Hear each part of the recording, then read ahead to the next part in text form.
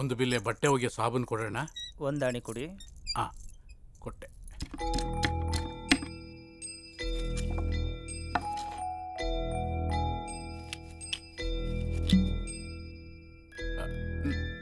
ನಾಲ್ಕಾಣಿ ತುಪ್ಪ ಕೊಡಪ್ಪ. ಸೀಸ ಕೊಡಿ.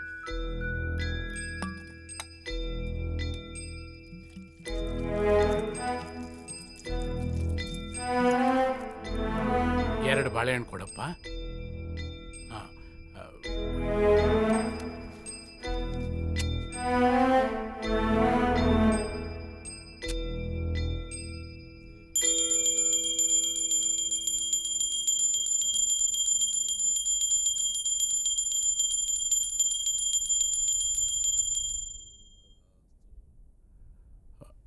ಆಂಜನೇಯ ಒಳ್ಳೇದು ಮಾಡಪ್ಪ.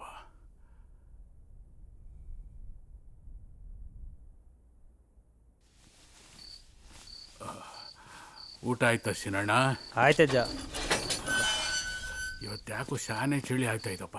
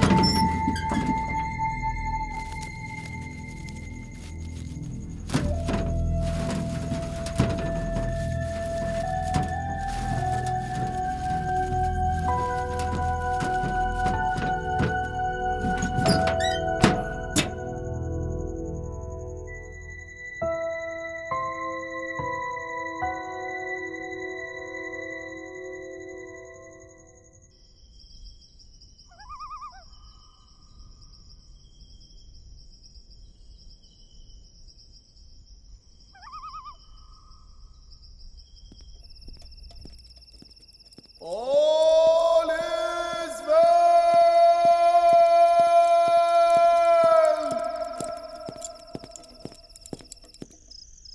All is well.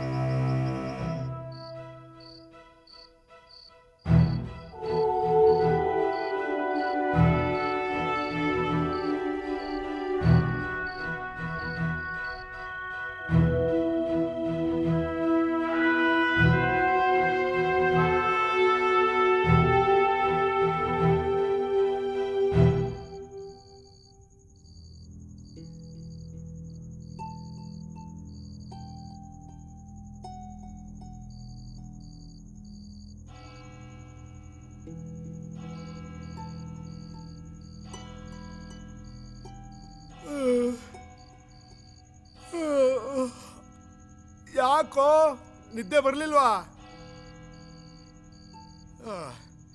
ನಿನ್ನೆ ಕೇಳ್ತಿರೋದು ನಿದ್ದೆ ಬರಲಿಲ್ವಾ?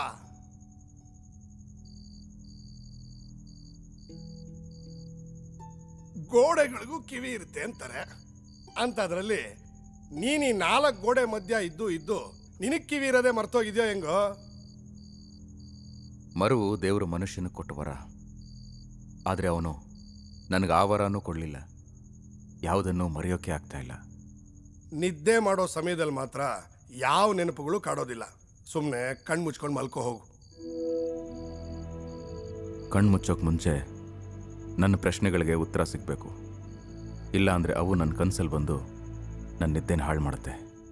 ಏನಪ್ಪ ನಿನ್ನ ಪ್ರಶ್ನೆ? ನಾನು ಅಷ್ಟೊಂದು ತಿಳ್ಕೊಂಡಿಲ್ಲ, ಆದರೂ ನನಗೆ ಗೊತ್ತಿರೋ ಮಟ್ಟಿಗೆ ಉತ್ತರ ಕೊಡ್ತೀನಿ. ನಿನಗೆ ನಿದ್ದೆ ಬರೋ ಹಾಗೆ ಮಾಡಿರೋ ಪುಣ್ಯನಾದರೂ ನಂಗೆ ಸ್ವಲ್ಪ ಸಿಗಲಿ. ನನ್ನ ಈ ಗೋಡೆಗಳ ಮಧ್ಯೆ ಬರೋ ಹಾಗೆ ಮಾಡಿದ್ಯಾ ಆ ಪುಣ್ಯ ಸಾಲ್ದ? ಅಪ್ಪ ತಂದೆ, ನಿನ್ನ ಹಿಡಿದಿದ್ದು ಪೊಲೀಸು, ವಾದ ಮಾಡಿದ್ದು ಲಾಯರು, ತೀರ್ಪು ಕೊಟ್ಟಿದ್ದು ಜಡ್ಜು. ಈ ತ್ರಿಮೂರ್ತಿಗಳಿರುವಾಗ ದೇವ್ರ ಮೂರ್ತಿ ಥರ ನಾನು ಸುಮ್ಮನೆ ಇದ್ದೀನಿ ಅಂತ ನನ್ನ ನೀನಿಲ್ಲಿ ಬರೋದಕ್ಕೆ ಕಾರಣ ಅಂತ ಹೇಳ್ತಾ ಇದೆಯಲ್ಲ, ಇದು ಯಾವ ನ್ಯಾಯನಯ್ಯ? ಅವರೆಲ್ಲ ನಾನು ನಡೆಯೋಕೆ ಶುರು ಮಾಡಿದ್ಮೇಲೆ ನನ್ನ ಹಿಂದೆ ಬಿದ್ದವರು. ಆದರೆ ಹೆಜ್ಜೆ ಇಡೋದನ್ನು ಹೇಳ್ಕೊಟ್ಟಿದ್ದೆ ನೀನಲ್ವಾ? ವಾ, ಬಿಟ್ರೆ ನಾನೇ ಹುಟ್ಟಿಸಿದ್ದು, ನಾನೇ ಹಾಲು ಕುಡಿಸಿದ್ದು ಅಂತಾನು ಹೇಳ್ಬಿಡ್ತೀಯ. ನಿಷ್ಕಲ್ಮಶ ಮನಸ್ಸಿನ ನನ್ನ ತಾಯಿನ ನಿನಗ್ಯಾಕೆ ಹೋಲಿಸ್ಲಿ? ಎಷ್ಟೇ ಕಷ್ಟ ಬಂದರೂ ಅವಳು ಅಡ್ಡದಾರಿ ಹಿಡಿಲಿಲ್ಲ, ನನ್ನ ಹೋಗು ಅಂತನೂ ಹೇಳಲಿಲ್ಲ. ಅಂದ್ರೆ ನಿನ್ನ ಮೇನ್ ರೋಡಿಂದ ಅಡ್ಡದಾರಿಗೆ ತಂದಿದ್ದು ನಾನೇ ಅಂತೀಯಾ? ಅರ್ಧ ನಿನ್ನ ಬೆಂಬಲ, ಇನ್ನರ್ಧ ನನ್ನ ಮನಸ್ಸು ಚಂಚಲ.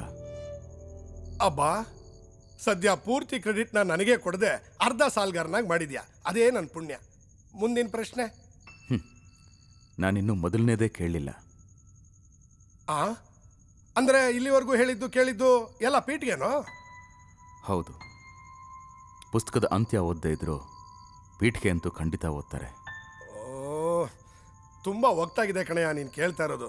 ಅದು ಏನು ಕೇಳಬೇಕು ಅಂತಿದೆಯೋ ಅದನ್ನು ನೇರವಾಗಿ ಕೇಳು. ತುಂಬ ನಿದ್ದೆ ಬರ್ತಾ ಇದೆಗಳು.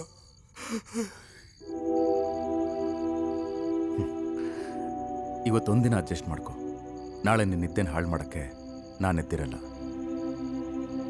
ಪೀಠ್ಗೆ ಜಾಸ್ತಿ ಆಗ್ಬಿಟ್ರೆ ಕತೆ ಇಂಟ್ರೆಸ್ಟಿಂಗ್ ಆಗಿರಲ್ಲ. ಪ್ರಶ್ನೆ ನಂಬರ್ 1 ಕೇಳಪ್ಪ. ನಾನು ಕೇಳೋಕ್ಕೆ ಮುಂಚೆನೇ ಉತ್ತರ ರೆಡಿ ಇಟ್ಕೊಂಡ್ರಷ್ಟು ಕಾನ್ಫಿಡೆಂಟ್ ಆಗಿದೆಯಾ? ಇಷ್ಟು ವರ್ಷದಿಂದ ನಾನು ನೋಡ್ತಾ ಇದೆಯಾ, ನನ್ನ ಬಗ್ಗೆ ನಿನಗೆ ಗೊತ್ತಿಲ್ವಾ? ನನ್ನ ತಿಳುವಳಿಕೆಗೆ ಮೀರಿದ ಪ್ರಶ್ನೆ ನೀನು ಕೇಳಲ್ಲ ಅಂತ ನನಗೆ ಗೊತ್ತು, ಅದಕ್ಕೆ ಈ ಕಾನ್ಫಿಡೆನ್ಸ್. ಸರಿ, ನನ್ನ ಮೊದಲನೇ ಪ್ರಶ್ನೆ ಕೇಳು. ನೀನು ನನ್ನ ಗೆಳೆಯನ? ಮಲಗಿದ್ದವನಿಗೆ ಎಲ್ಲೋ ನೀನು ಎದ್ದಿರ್ಬೋದಾ ಅಂತ ನನ್ನ ಮನಸ್ಸು ನನ್ನ ಎಚ್ಚರಿಸ್ತು. ಎದ್ದು ಬಂದು ನೋಡ್ತೀನಿ ನೀನು ಎದ್ದಿದ್ಯಾ. ಇಷ್ಟು ಸಾಲದ ನನ್ನ ಮನಸ್ಸಿನಲ್ಲಿ ನಿನಗೆ ಎಂಥ ಸ್ಥಾನ ಕೊಟ್ಟಿದ್ದೀನಿ ಅಂತ ತಿಳ್ಕೊಳಕ್ಕೆ? ನಿನ್ನ ಜಾಣ್ತನದ ಉತ್ತರ ನನಗೆ ಬೇಡ, ನೇರವಾಗಿ ಹೇಳು. ನೀನು ನಿಜವಾಗ್ಲೂ ನನ್ನ ಗೆಳೆಯನ? ಹೌದು ಅಂತ ನಾನು ಅನ್ಕೊಂಡಿದ್ದೀನಿ. ಒಬ್ಬ ಒಳ್ಳೆ ಗೆಳೆಯ ಮನ್ಸನ್ ಕದೀತಾನೆ, ಆದರೆ ಕಳ್ತನನೇ ನನ್ನ ದುಡಿಮೆ ಆಗೋಕ್ಕೆ ಪಾಯ ಹಾಕತಿಯಲ್ಲ, ಯಾಕೆ? ನೋಡಮ್ಮ, ನಾನು ಬಂದು ತಿಂತಾ ಇದ್ದೆ, ನೀನು ಹಸು ಅಂತ ಬಂದೆ, ನಾನು ನಿನಗೆ ಅರ್ಧ ಬಂದು ಕೊಟ್ಟೆ. ಅದು ದುಡ್ದಿದ್ದೋ ಕದ್ದಿದ್ದೋ ಅಂತ ನೀನು ಕೇಳದೆ ತಿಂದೆ. ಯಾಕೆ ಹೇಳು?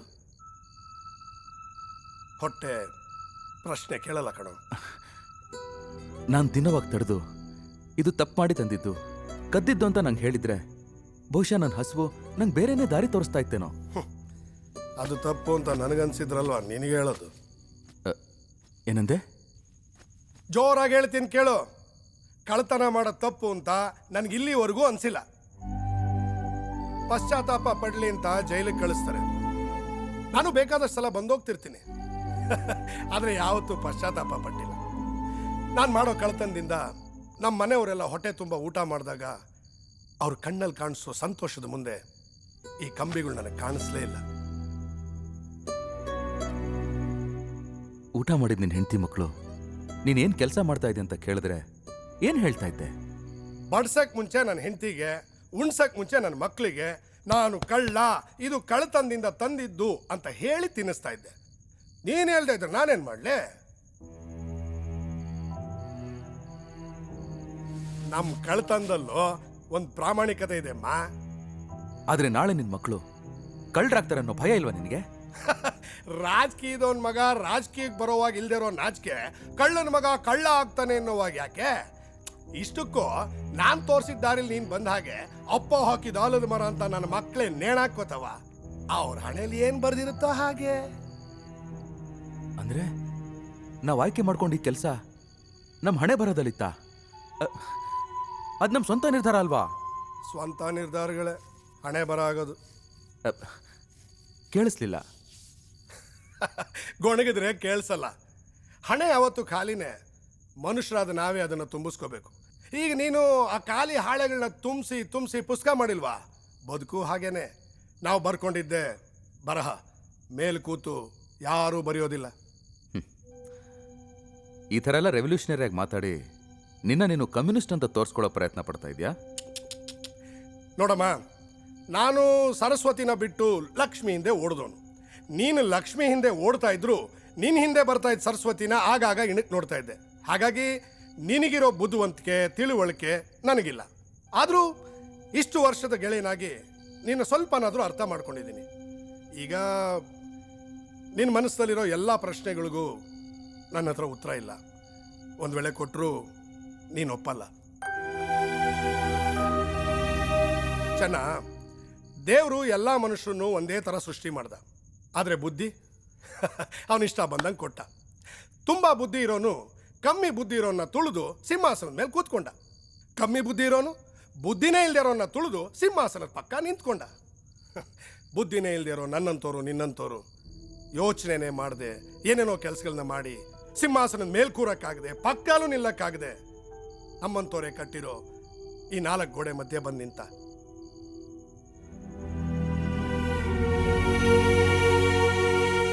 ಕಡೆಯದಾಗಿ ಒಂದು ಮಾತು ಹೇಳ್ತೀನಿ ಗೆಳೆಯ, ನೀನು ನಡೆದು ಬಂದ ದಾರಿಗೆ ನಾನು ತೋರಿಸಿದ ಬೆಳಕಷ್ಟೇ ಕಾರಣ ಅಲ್ಲ, ನಿನ್ನ ಕೈಲಿದ್ದ ಹಣತೆನೂ ಕಾರಣ.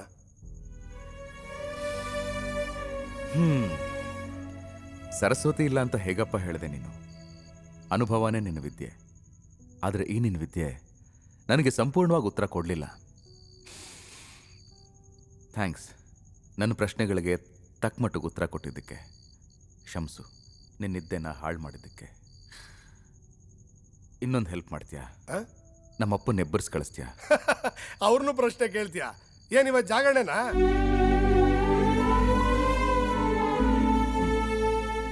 ದೀರ್ಘ ನಿದ್ರೆಗೂ ಮುಂಚೆ ಒಂದು ಸಣ್ಣ ಜಾಗರಣೆ. ಚೆನ್ನ, ಜಾಸ್ತಿ ತಲೆ ಕೆಡಿಸ್ಕೋಬೇಡ, ಸುಮ್ಮನೆ ಮಲ್ಕೋ.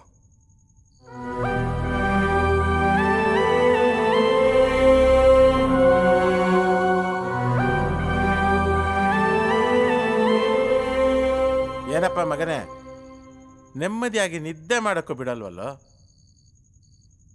ನಿನಗಿಂತ ನೆಮ್ಮದಿಯಾಗಿ ನಿದ್ದೆ ಮಾಡೋರು ಯಾರಪ್ಪ ಇದ್ದಾರೆ? ನಿದ್ದೆಲಿರೋ ಸುಖ ನಿದ್ದೆ ಮಾಡದೆ ಎದ್ದಿರೋ ನಿನಗೇನೋ ಗೊತ್ತು. ನಿನ್ನೊಬ್ಬನ ಸುಖನೇ ನಿಂಗೆ ತುಂಬ ಮುಖ್ಯ ಅಲ್ವಾ? ಹೌದು. ಅದರಲ್ಲಿ ಸ್ವಾರ್ಥ ಇದೆ ಅಂತ ಅನ್ಸಲ್ವಾ ನಿಂಗೆ? ಲೋ, ಊರಿಗೆಲ್ಲ ಹಂಚಿದ್ಮೇಲೆ ನಮಗೇನು ಉಳಿಯುತ್ತೆ ಸುಖ ಪಡೋಕ್ಕೆ? ಸದ್ಯ ಮನೆಯವ್ರಿಗೆ ಹಂಚಲಿಲ್ಲ, ಇನ್ನು ಊರಿಗೆಲ್ಲ ಹಂಚಲಿಲ್ಲ. ನಾನು ಸ್ವಾರ್ಥಿ ಏನಿವಾಗ? ಸ್ವಾರ್ಥಿಯಾಗಿ ನೀನಾದ್ರೂ ದೊಡ್ಡದಾಗಿ ಬೆಳೆದ್ಯಾ? ನನ್ನ ಪ್ರೇರಣೆ ಅಂತ ಅನ್ಕೊಳಕ್ಕೆ ಇಲ್ಲ. ಸದ್ಯ ನಾನು ನಿನ್ನ ರಕ್ತ ಆದ್ರೂ ನಿನ್ ಥರ ಆಗ್ಲಿಲ್ಲ. ಆಗಿದ್ದಿದ್ರೆ ಮಾತಾಡೋದು ನಿಲ್ಲಿಸ್ಬಿಡ್ತಾ ಇದ್ನೇನೋ. ಮಾತಾಡಿದ್ರೆ ಬಾಯಿ ನೋಯುತ್ತೆ ಅಂತ. ಸೋಂಬೇರಿ ತನಕ್ಕೆ ಇನ್ನೊಂದು ಹೆಸರೇ ನೀನು. ಸೋಂಬೇರಿತನ ಅನ್ನೋದು ಗುಣ ಅಲ್ಲ ಕಣೋ, ಅದು ದೇಹದ ದೌರ್ಬಲ್ಯ. ನನ್ನ ದೇಹ ನಾನೇನು ಕೆಲಸ ಮಾಡೋಕ್ಕೂ ಶಕ್ತಿ ಕೊಡ್ತಾ ಇರಲಿಲ್ಲ. ಮಕ್ಕಳು ಮಾಡಕ್ಕೆ ಆ ದೌರ್ಬಲ್ಯ ಅಡ್ಡ ಬರಲಿಲ್ವಾ? ಏಯ್, ನಾನು ನಿಮ್ಮಪ್ಪ, ಸ್ವಲ್ಪ ಭಯಭಕ್ತಿ ಇರಲಿ. ಭಯ ಇತ್ತು, ಭಕ್ತಿ ಸತ್ತೋಯ್ತು. ನಮ್ಮನ್ನು ನೋಡ್ಕೊಳಕ್ ಆಗ್ಲಿಲ್ಲ ಅಂದ್ರೆ, ನಮ್ಗೆ ಒಳ್ಳೆ ಭವಿಷ್ಯ ಕೊಡಕ್ ಆಗ್ಲಿಲ್ಲ ಅಂದ್ರೆ ನನ್ನನ್ನು ಯಾಕೆ ಹುಟ್ಟಿಸ್ದೆ? ಯಾಕೆ? ಅಯ್ಯ, ನೀನು ಹುಟ್ಟಬೇಕು ಅಂತ ನಾನು ಯಾವ ದೇವರಲ್ಲೂ ಮೀಸಲು ಕಟ್ಟಿರ್ಲಿಲ್ಲಪ್ಪ. ಸುಖ ಪಡೋದು ಒಂದು ಪ್ರಕ್ರಿಯೆ. ಕಷ್ಟಪಟ್ಟರೆ ಸುಖ ಸಿಗುತ್ತೆ, ಸುಖ ಪಟ್ಟರೆ ಕಷ್ಟ ಹುಟ್ಟುತ್ತೆ ಅಂತ ನನಗೇನು ಗೊತ್ತು? ಈ ಪ್ರಶ್ನೆನ ಈ ಸೃಷ್ಟಿ ನೇಚರ್ ಅಂತಾರಲ್ಲ, ಅದ್ರ ಹತ್ರ ಕೇಳಬೇಕು. ಇಷ್ಟೆಲ್ಲ ಮಾತಾಡ್ತೀಯಲ್ಲ, ಉಳುಮೆ ಮಾಡುವಾಗಲೇ ನಿಲ್ಲಿಸ್ಬೇಕಾಗಿತ್ತು. ಬೀಜ ಬಿತ್ತವರೆಗೂ ಯಾಕೆ ಮುಂದುವರೆದೆ? ಸುಖದ ಅಮಲಿನಲ್ಲಿರೋರಿಗೆ ಮಾಲಿನ್ಯದ ಬಗ್ಗೆ ಅರಿವಿರುತ್ತೇನೋ ಮುಟ್ಟಾಳ? ಕೇಳೋಕ್ಕೆ ತುಂಬ ಅಸಹ್ಯವಾಗಿದೆಯಲ್ಲ, ಇದೇ ಸತ್ಯ. ಎಷ್ಟೋ ತಂದೆಗಳು ಹೇಳ್ಕೊಳ್ಳಲ್ಲ, ನಾನು ಹೇಳ್ಕೊತಾ ಇದ್ದೀನಿ. ಅಂದ್ರೆ ನಿನ್ನಿಂದ ಆಚೆ ಬಂದ ಮಾಲಿನ್ಯನ ನಾನು?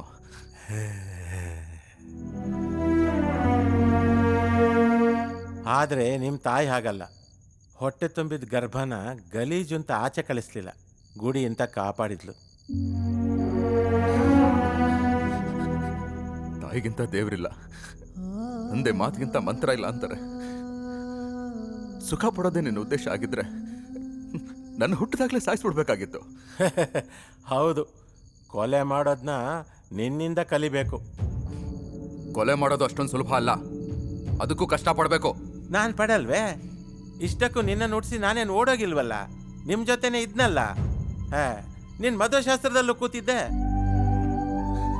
ಅದನ್ನೇ ಹೇಳ್ತಾ ಇದ್ದೀನಿ, ಶಾಸ್ತ್ರಕ್ಕಷ್ಟೇ ಇದ್ದೆ. ನನಗೆ ಹಸು ಅಂತ ಬಂದಾಗ ನೀನು ಹೋಗಿ ಕುಡ್ಕೊಂಡು ಬರ್ತಾ ಇದ್ದೆ.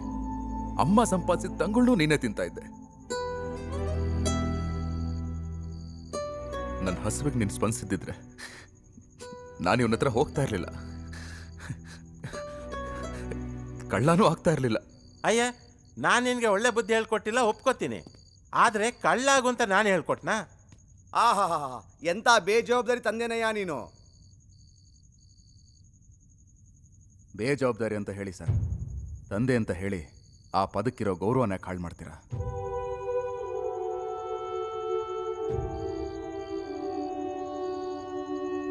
ಅಯ್ಯ, ನಿಮಗೊಬ್ಬ ಮಗ ಇದ್ದಾನೆ ಅಂತ ಹೇಳ್ತಾ ಇದ್ರಿ, ಅವನು ಏನಾಗಬೇಕು ಅಂತ ಆಸೆ ನಿಮಗೆ? ಅವನು ಸರ್ಕಾರಿ ಆಫೀಸರ್ ಆಗಬೇಕು ಅಂತ ಆಸೆ. ಆದರೆ ಆದರೆ 7ನೇ ಕ್ಲಾಸ್ನ 3 ಸಾರಿ ಬರ್ದವನೇ, ಅವನಿಗೆ ಓದು ಹತ್ತುತ್ತಾ ಇಲ್ಲ. ಅದಕ್ಕೆ ಹೇಳೋದು, ನಾವು ಅಂದ್ಕೊಂಡಂಗೆಲ್ಲ ಆಗಲ್ಲ. ನಾವು ಮಾತಾಡೋದನ್ನು ಕೇಳಿಸ್ಕೊಳ್ಳಿ, ವಿಮರ್ಶೆ ಮಾಡೋಕ್ಕೆ ಹೋಗಬೇಡಿ. ಹತ್ತುತ್ತಾ ಇಲ್ಲ ಅಂತ ಹೇಳಿದ್ದು, ಹತ್ತೋದೇ ಇಲ್ಲ ಅಂತ ಹೇಳಿಲ್ಲ. ನನ್ನ ಮಗ ಹಾಗಾಗ್ಲಿ ಅನ್ನೋ ಆಸೆ ಇನ್ನೂ ಸತ್ತಿಲ್ಲ. ಅವನ ಪ್ರಯತ್ನನೂ ನಡೀತಾ ಇದೆ. ಈಗ ನಾನು ಹೇಳ್ತಾ ಇರೋ ಮಾತು ನಿನ್ನಂಥ ಬೇಜವಾಬ್ದಾರಿಗೆ ಅರ್ಥವೂ ಆಗಲ್ಲ. ಏನು ಪ್ರಪಂಚದಲ್ಲಿ ನಾನೊಬ್ಬನೇ ಬೇಜವಾಬ್ದಾರಿ ಅಂತ ಮಾತಾಡ್ತಿರಲ್ಲ? ನಮ್ಮಪ್ಪ ನನಗಿಂತ ದೊಡ್ಡ ಬೇಜವಾಬ್ದಾರಿ. ನಿಮ್ಮ ತಂದೆ ಸ್ವಾತಂತ್ರ್ಯ ಹೋರಾಟಕ್ಕೋಸ್ಕರ ಮನೆ ಬಿಟ್ಟರು ಅಂದೆ? ಹೌದು, ಅದಕ್ಕೆ ಬೇಜವಾಬ್ದಾರಿ ಅಂದಿದ್ದು. ಛೇ, ದೇಶಾಭಿಮಾನ ಹೋರಾಟ ಅನ್ನೋದು ನಿನ್ನಂಥ ಸೋಂಬೇರಿಗಳಿಗೇನು ಗೊತ್ತು? ನನಗೂ ದೇಶದ ಬಗ್ಗೆ ಅಭಿಮಾನ ಇದೆ. ಆದರೆ ಆ ಅಭಿಮಾನ ಮನೆ ಮೇಲೂ ಸ್ವಲ್ಪ ಇರಬೇಕಲ್ವಾ? ಗುಂಪಲ್ಲಿ ಘೋಷಣೆ ಕೂಗೋರೆಲ್ಲ ಗಾಂಧಿ ಅಲ್ಲ. ಹೋರಾಟ ಅನ್ನೋ ಹೆಸರಲ್ಲಿ ಪಲಾಯನ ಆಗೋಕ್ಕೆ ದಾರಿ ಮಾಡಿಕೊಂಡ. ಭಾರತ ಮಾತೆನ ಪರಕೀಯರಿಂದ ಪಾರು ಮಾಡೋಕ್ಕೋಗಿ ನನ್ನ ಮಾತೆನ ಪರರ ವಶ ಮಾಡಿಬಿಟ್ಟ.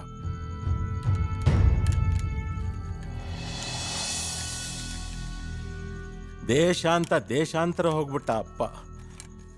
ದೇಹ ಮಾರ್ಕೊಂಡು ಹೊಟ್ಟೆ ತುಂಬಿಸಿದ್ಲು ಅಮ್ಮ.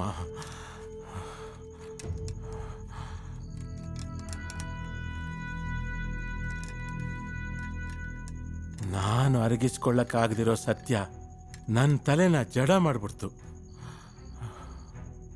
ಏನೂ ಮಾಡದೆ ಏನು ಮಾಡಲಿ ಅಂತ ಯೋಚನೆ ಮಾಡ್ತಾ ಕಾಲ ಕಳೆದುಬಿಟ್ಟೆ. ಅದು ಸೋಮಾರಿತನ ಆಗೋಯ್ತು. ಆಮೇಲೆ ಅದೇ ಅಭ್ಯಾಸ ಆಗೋಯ್ತು. ನಿಮ್ಮ ತಂದೆ ಹಾಗೆ ಮಾಡಿದ್ರಲ್ಲ, ನನ್ನ ಮಕ್ಕಳಿಗೆ ಹಾಗೆ ಮಾಡಬಾರ್ದು ಅಂತ ಅನಿಸ್ಲಿಲ್ವ ನಿನಗೆ? ಇದೇನು ಆಸ್ತಿನ? ನಿಮ್ಮ ತಂದೆ ನಿಂಗೆ ನೋವು ಕೊಟ್ರು ಅಂತ ನಿನ್ನ ಮಗನಿಗೂ ಅದನ್ನು ವರ್ಗಾಯಿಸೋದಕ್ಕೆ ಬುದ್ಧಿ ಇಲ್ವಾ ನಿನಗೆ? ಏನಪ್ಪ ಮಹಾಬುದ್ಧಿವಂತ, ನಿಮ್ಮ ಅಪ್ಪನಿಗೆ ಬುದ್ಧಿ ಇಲ್ವಾ ಅಂತ ಕೇಳ್ತಿದ್ಯಾ? ನಿನಗೂ 2 ಮಕ್ಕಳಿದ್ದಾರೆ. ನೀನು ದುಡುಕಿದ್ರಿಂದಲೇ ಹೀಗೆ ಜೈಲಿಗೆ ಬಂದಿರೋದು. ದುಡ್ಕೋವಾಗ ಮಕ್ಕಳಿದ್ದಾರೆ ಅನ್ನೋ ಜವಾಬ್ದಾರಿ ಜ್ಞಾಪಕಕ್ಕೆ ಬರಲಿಲ್ವಾ? ಮಾತೃದೇವೋ ಭವ, ಪಿತೃದೇವೋ ಭವ, ಆಚಾರ್ಯ ದೇವೋ ಭವ ಅಂತ ಹೇಳ್ಕೊಡ್ಲಿಲ್ವಾ ನಾನು? ನಿನ್ನಲ್ಲಿರೋ ದೌರ್ಬಲ್ಯಕ್ಕೆ ದೊಡ್ಡವ್ರ ಕಾರಣ ಅಂತ ದೂಷಿಸ್ತಾ ಇದೀಯಾ? A father is someone whom you look up to, no matter how tall you grow. ನೀನು ಎಷ್ಟೇ ಎತ್ತರಕ್ಕೆ ಬೆಳೆದ್ರು ನಿಮ್ಮ ಅಪ್ಪನ ನೋಡ್ಬೇಕಾದ್ರೆ ಕತ್ತೆತ್ತೆ ನೋಡ್ಬೇಕು. ಅವನ ಅನುಭವನೇ ನಿನಗೆ ಪಾಠ. ನೀನು ಬೆಳೆಯಕ್ಕಾಗ್ಲಿಲ್ಲ, ಅಡ್ಡದಾರಿ ಹಿಡ್ದೆ ಅಂತ ಅವನ್ನೇ ದೂಷಿಸ್ತೀಯ. ಏನಂದೆ? ಅವನಿಗೆ ಬುದ್ಧಿ ಇಲ್ಲ ಅಂದ್ಯ? ನಿನ್ನ ತಲೆಯಲ್ಲಿ ಮೆದಲಿಟ್ಟಿದ್ದಾನಲ್ಲ ದೇವರು. It is your brain, your thought and your future. Why blame others? Think before you speak, if at all you can think. Otherwise just shut up. Okay? ನಾನೇ ನಿಮ್ಮನ್ನು ಕರಿಬೇಕು ಅಂತಿದ್ದೆ ಸರ್, ನೀವೇ ಬಂದ್ಬಿಟ್ರಿ. ನೀನು ಕರೀಲಿಲ್ಲಪ್ಪ, ಕೆರಳಿಸ್ದೆ. ತಿದ್ದಿ ಬುದ್ಧಿ ಹೇಳಬೇಕಾದ ಗುರುಗಳು ನೀವು, ನೀವೇ ಕೋಪ ಮಾಡ್ಕೊಂಡ್ರೆ ಹೇಗೆ ಸರ್? ತಿದ್ದುಕೊಂಡು ಬುದ್ಧಿ ಕಲ್ತ್ಕೊಂಡು ಬದುಕೋ ಅಷ್ಟು ಟೈಮ್ ಇದೆಯಾ ನಿನಗೆ? ಇಲ್ಲ ಸರ್, ಆದರೆ ಇರೋಷ್ಟು ಹೊತ್ತಾದರೂ ಬದುಕಿನ ಬಗ್ಗೆ ನಿಮ್ಮ ಹತ್ರ ಕೇಳಿ ತಿಳ್ಕೊಳ್ಳೋಣ ಅಂತ. Better late than never. ಆಗದೆ ಇರೋದಕ್ಕಿಂತ ಸ್ವಲ್ಪ ಲೇಟಾಗಿ ಆಗೋದು ವಾಸಿ. But it is too late my dear. ಗೊತ್ತು ಸರ್, ಗುರುವಾಗಬೇಕಿದ್ದ ನನ್ನ ತಂದೆ ಗುರಿ ತೋರಿಸ್ಲಿಲ್ಲ. ನೀವೇ ನನ್ನ ಗುರು ಅಂತ ಅನ್ಕೊಳ್ಳೋಷ್ಟರಲ್ಲಿ ನಾನು ದಾರಿ ತಪ್ಪಿದ್ದೆ. ಶಾಲೆಯಲ್ಲಿದ್ದಾಗ ನಿನಗೊಂದು ಮಾತು ಹೇಳ್ತಾ ಇದ್ದೆ, ಜ್ಞಾಪಕ ಇದೆಯಾ? Whenever you want to do something which you have not done before, do it 3 times ಅಂತ. 3 ಸಾರಿ. ಫಸ್ಟ್ ಟೈಮ್ ಟು ಎಕ್ಸ್ಪೆರಿಮೆಂಟ್, ಪ್ರಯೋಗ ಮಾಡೋದಕ್ಕೆ. Second time to know whether it is done rightly or not, ಸರಿಯಾಗಿ ಮಾಡಿದೀವಾ ಇಲ್ವಾ ಅಂತ. Third time to know whether to do such a thing in future or not, ಮುಂದೆ ಅದನ್ನು ಮಾಡಬೇಕಾ ಬೇಡವಾ ಅಂತ ತಿಳ್ಕೊಳ್ಳೋಕ್ಕೆ. ಆದರೆ ಕಳ್ತನ 3ನೇ ಸರ್ತಿ ಆದಮೇಲೆ ಅನಿವಾರ್ಯ ಅಥವಾ ಇಷ್ಟ ಆಗಲಿಲ್ಲ ನಿನಗೆ, ಒಂದು ಚಟ ಆಗೋಯ್ತು. It became a habit with you. ಆ ಚಟ ಬಿಡಬೇಕು ಅಂತ ನಿಮ್ಮ ಹತ್ರ ಸುಮಾರು ಸರಿ ಬಂದೆ ಸರ್. ಆದರೆ ನೀವು ನನ್ನ ಮಗದ ಮೇಲೆ ಬಾಗಿಲು ಹಾಕ್ಬಿಟ್ರಿ.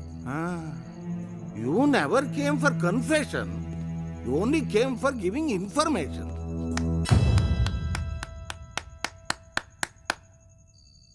ಮುನಿಯಪ್ಪ, ನಾ ಹೇಳಿದ ಅರ್ಥ ಆಯ್ತಾ? ಇಲ್ಲ ಸರ್, ಕೇಳೋಕ್ ಚೆನ್ನಾಗಿತ್ತು.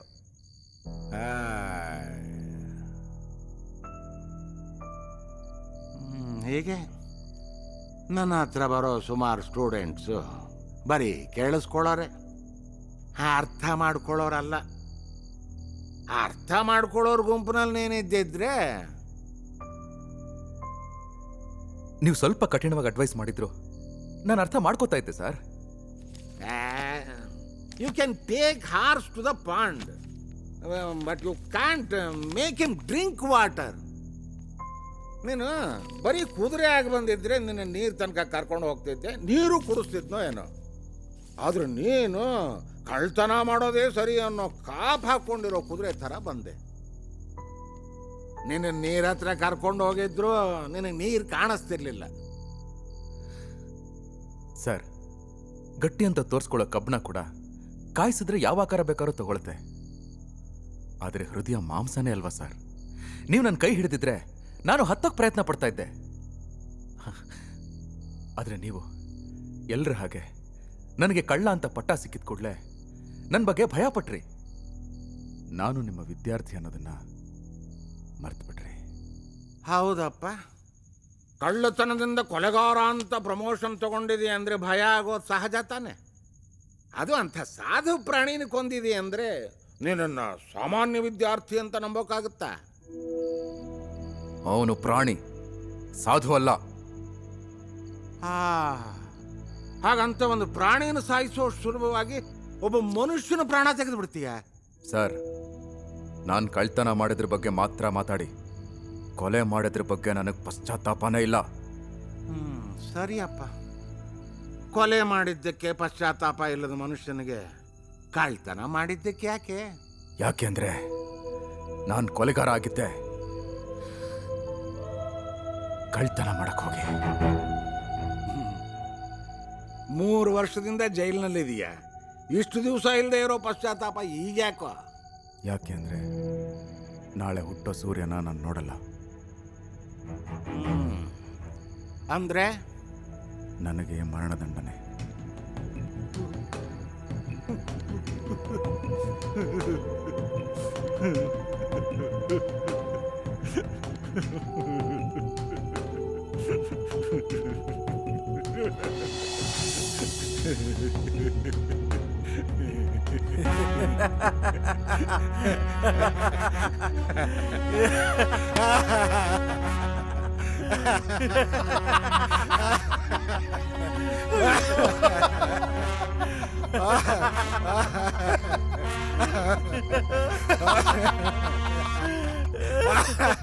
ಸೈಲೆನ್ಸ್!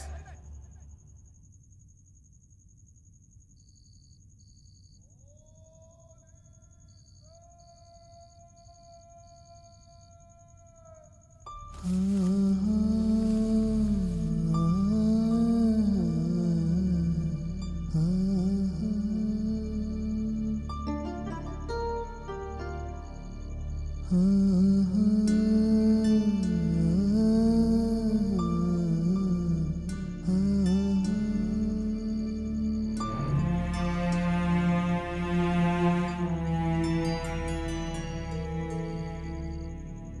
ನಡೆದು ಬಂದ ದಾರಿಗೆ ನಾನು ತೋರಿಸಿದ ಬೆಳಕಷ್ಟೇ ಕಾಣಲ್ಲ. ನಿನ್ನ ಕೈಲಿದ್ದ ಹಣತೆನೂ ಕಾರಣ.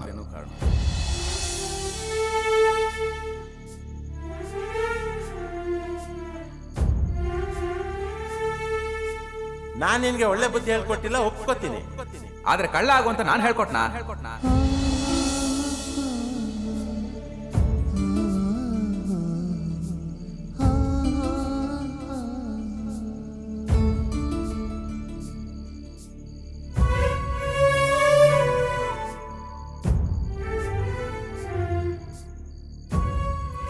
You never came for confession. You came to give information.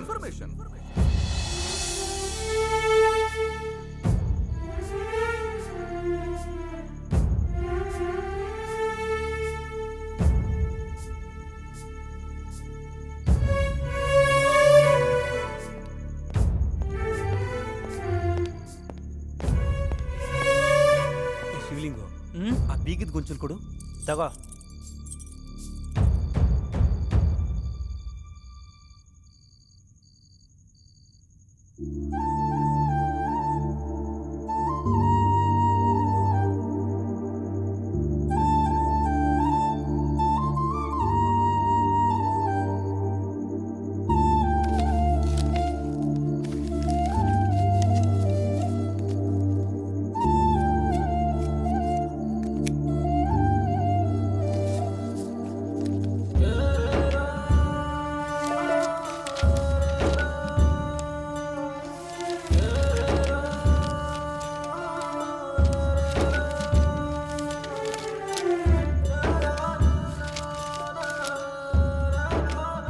ಮುಕ್ತಾಯ. ಮುಕ್ತಾಯಕ್ಕೂ ಮುನ್ನ ಒಂದು ಕನಸು ಕಂಡೆ. ಆ ಕನಸಿನಲ್ಲಿ ನನ್ನ ಗೆಳೆಯ, ನನ್ನ ತಂದೆ, ನನ್ನ ಗುರುಗಳ ಬಳಿ ನಾ ಕೇಳಬೇಕು ಎಂದುಕೊಂಡಿದ್ದ ಪ್ರಶ್ನೆಗಳನ್ನೆಲ್ಲ ಕೇಳಿದೆ.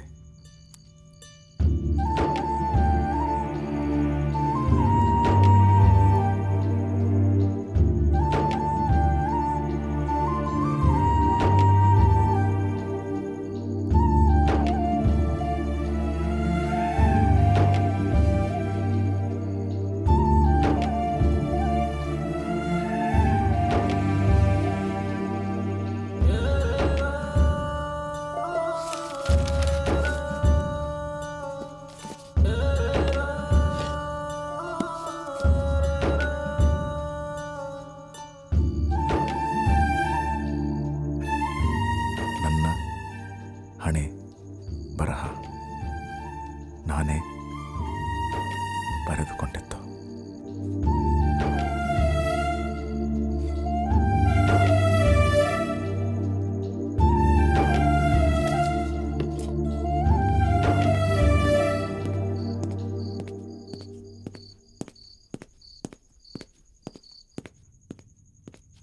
ಚನ್ಕೇಶ್ವ, ಬಟ್ಟೆ ತಗೋ, ಸ್ನಾನ ಮಾಡಿ ಸಿದ್ಧ ಆಗು, ಸಾಹೇಬರು ಬರ್ತಾರೆ.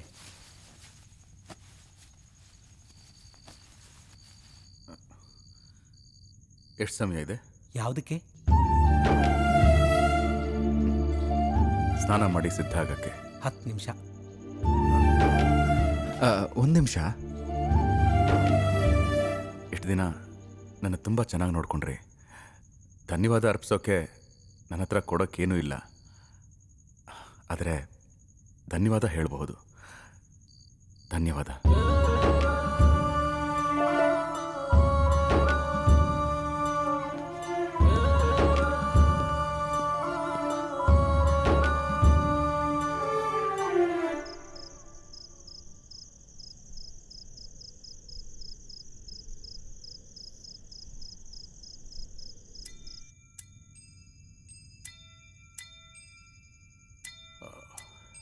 ಹನುಮಂತರಾಯ ಕಾಪಾಡಪ್ಪ.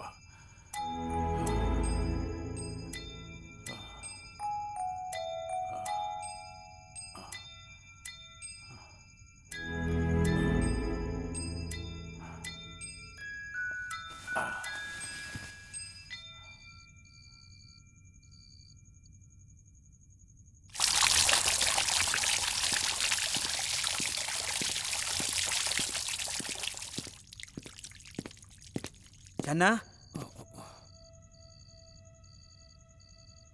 ಸರ್ ಸಾಹೇಬರು ಬರೋ ಹೊತ್ತಾಯ್ತು, ಬೇಗ ಸಿದ್ಧ ಆಗು. ಆಯ್ತು ಸರ್. ಸರ್ ನೀವ್ಯಾಕೆ ಸರ್ ಮುಜುಗರ ಪಟ್ಕೋತಾ ಇದ್ದೀರಾ? ಮುಜುಗರ ಪಡಬೇಕಾಗಿರೋದು ನಾನು.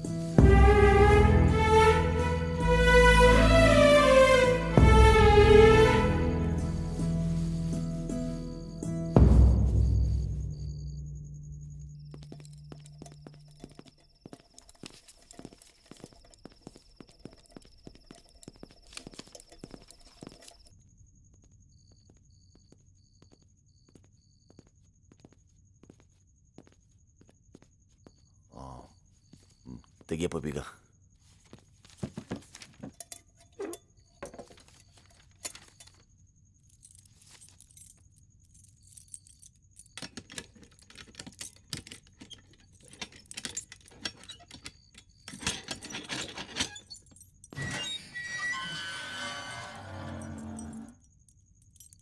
ಆ ಕಂದೀಲ್ ಒಳಗೆ ಬಿಡಪ್ಪ.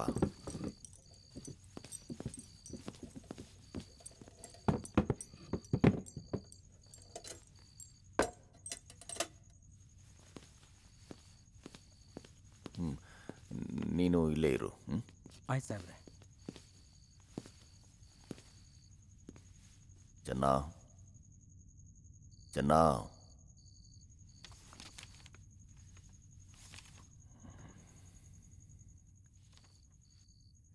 ಚೆನ್ನ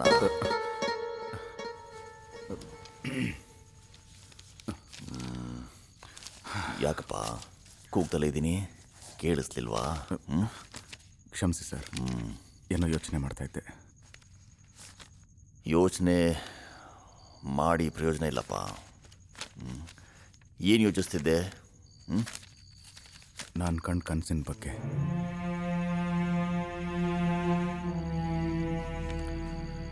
ನೀನು ನಿದ್ದೆನೇ ಮಾಡಿರಲ್ಲ ಅಂತ ಅಂದ್ಕೊಂಡಿದ್ದೆ. ಕನಸು ಕಂಡ್ಯಾ? ಹೌದು ಸರ್, ನನ್ನ ಈ ಪರಿಸ್ಥಿತಿಗೆ ಯಾರ್ಯಾರು ಕಾರಣನೋ ಅವರನ್ನೆಲ್ಲ ಕನ್ಸಲ್ಲಿ ಕರೆದು ಪ್ರಶ್ನೆಗಳು ಮಾಡಿದೆ. ಓಹೋ, ಉತ್ತರ ಸಿಗ್ತಾ?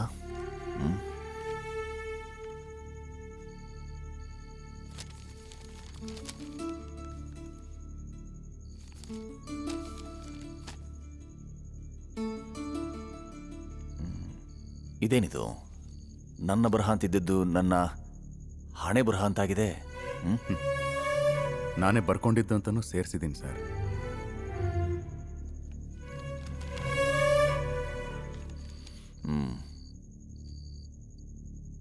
ಬೇರೂರ ಮೇಲೆ ತಪ್ಪು ಹೊರಿಸ್ತಿದ್ದು ನಿನಗೆ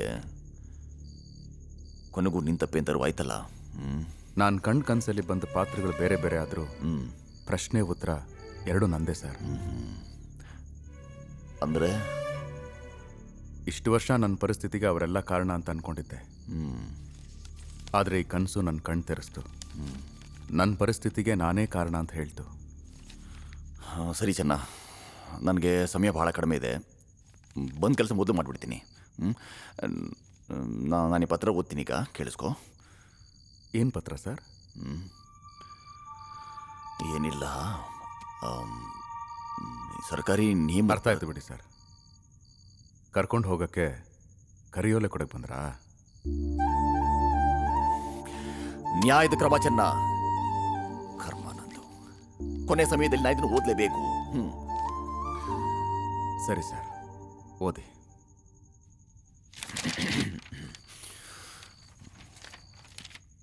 ಚನ್ನಕೇಶವಾದ ನೀನು 3 ವರ್ಷಗಳ ಹಿಂದೆ, ಅಂದರೆ 9/8/1960 ನಡುರಾತ್ರಿ 12:15 ಗಂಟೆಯ ಸಮಯದಲ್ಲಿ ಬೆಂಗಳೂರು ನಗರದ ಮಧ್ಯಭಾಗದಲ್ಲಿರುವ ಗಾಂಧಿನಗರದ 2ನೇ ಮುಖ್ಯ ರಸ್ತೆ ನಂಬರ್ 108 ಶ್ರೀಕೃಪಾ ಎಂಬ ಮನೆಗೆ ನುಗ್ಗಿ ಮನೆಯ ಯಜಮಾನ ಕರಿಸುಬ್ಬಯ್ಯ, ವಯಸ್ಸು ಸುಮಾರು 55 ಎಂಬ ವ್ಯಕ್ತಿಯನ್ನು ದಾರುಣವಾಗಿ ಚಾಕುವಿನಿಂದ ಇರಿದು ಸಾಯುವವರೆಗೂ ಕೊಂದು ಅವನು ಸತ್ತ ನಂತರ ಮನೆಯ ಕಾಂಪೌಂಡ್ ಹಾರಿ ಉಪ್ಪಾರಪೇಟೆ ಪೊಲೀಸರಿಗೆ. ಸರ್, ಒಂದು ನಿಮಿಷ.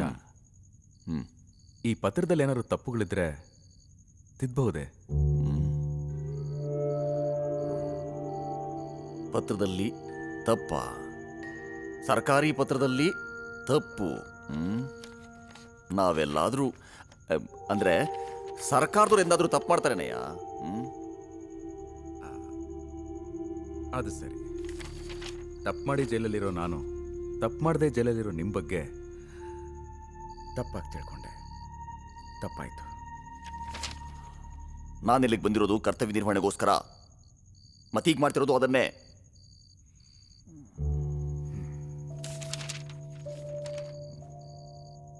ಏನದು ತಪ್ಪು?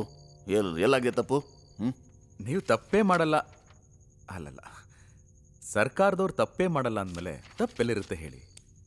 ಹಾಗೊಂದು ವೇಳೆ ಇದ್ರೂ ಅದು ಸರ್ಕಾರದವ್ರಿಗೆ ಎಲ್ಲಿ ಕಾಣಿಸುತ್ತೆ?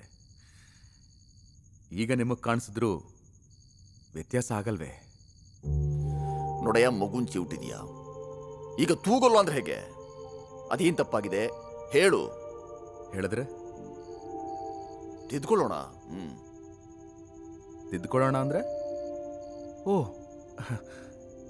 ತಮ್ಮ ಹತ್ರ ತಿದ್ಕೊಳ್ಳೋಕ್ಕೂ ಅವಕಾಶ ಇದೆಯಾ ಸರ್? ತಪ್ಪಿದ್ರೆ ಯಾರಾದ್ರೇನಯ್ಯ ತಿದ್ಕೊಳ್ಳೇಬೇಕು. ಬದುಕು ಹಾಗೆ ತಾನೆ. ನೋಡೀಗ ಮಗುವಾಗಿದ್ದಾಗ ಎಡು ಬೀಳ್ತೀವಿ, ಎದ್ದು ಬಿದ್ದು ನಡೆಯೋದನ್ನು ಕಲಿತೀವಿ ಅಲ್ವಾ? ಬಾಯಿ ತೆಗೆದ ತಕ್ಷಣ ಮಾತು ಬರೋಲ್ವೇ? ಮೊದಲು ಶಬ್ದ, ಆಮೇಲೆ ಅಕ್ಷರ, ನಂತರ ಮಾತು ಬರೋದು ಅಲ್ವಾ? ನಿಮಗೆ ಮಕ್ಕಳು ಅಂದ್ರೆ ತುಂಬಾ ಇಷ್ಟ ಅನ್ಸುತ್ತೆ. ನೋಡು, ಮಾತು ಬದಲಿಸ್ಬೇಡ. ತಪ್ಪೇನಾಗಿದೆ ಅದನ್ನು ಹೇಳು. ನೀವು ಬಲವಂತ ಮಾಡ್ತಾ ಇದ್ದೀರಾ ಅಂತ ಹೇಳ್ತಾ ಇದ್ದೀನಿ ಸರ್. ನೀವು ಓದಿದ್ರಲ್ಲಿ ಒಂದು ಬಿಟ್ಟೋಗಿದೆ, ಇನ್ನೊಂದು ತಪ್ಪಾಗಿದೆ.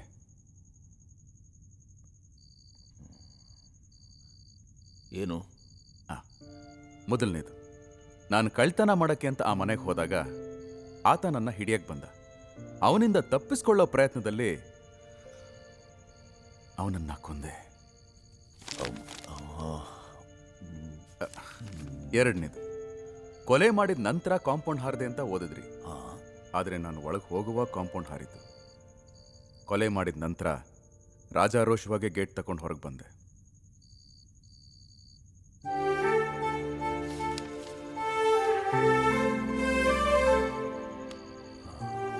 ಹೌದಲ್ಲಯ್ಯ. ಛೇ ಛೇ ಛೇ ಛೇ, ಎಂಥ ತಪ್ಪಪ್ಪ ಇದು. ಹೋಗ್ಲಿ ಬಿಡಿ ಸರ್, ತಪ್ಪಿನ ಲೆಕ್ಕಾಚಾರ ಹಾಕೋ ಹೊತ್ತಲ್ಲ ಇದು. ತಪ್ಪೇ ಮಾಡಿದಿರೋ ಸರ್ಕಾರದವ್ರ ಪತ್ರ ಅಲ್ವೇ? ಅದರಲ್ಲಿ ರವೆಯಷ್ಟು ತಪ್ಪಿರಬಾರ್ದು ಅಂತ ಹೇಳಿದೆ ಅಷ್ಟೆ. ರವಿ ಅಂತ ತಪ್ಪೆಲ್ಲಪ್ಪ, ಬಂಡಿ ಅಂತ ತಪ್ಪಲ್ಲಯ್ಯ. ನೀನು ಹೇಳಿದ ಹಾಗೆ ತಿದ್ಕೋತೀನಪ್ಪ.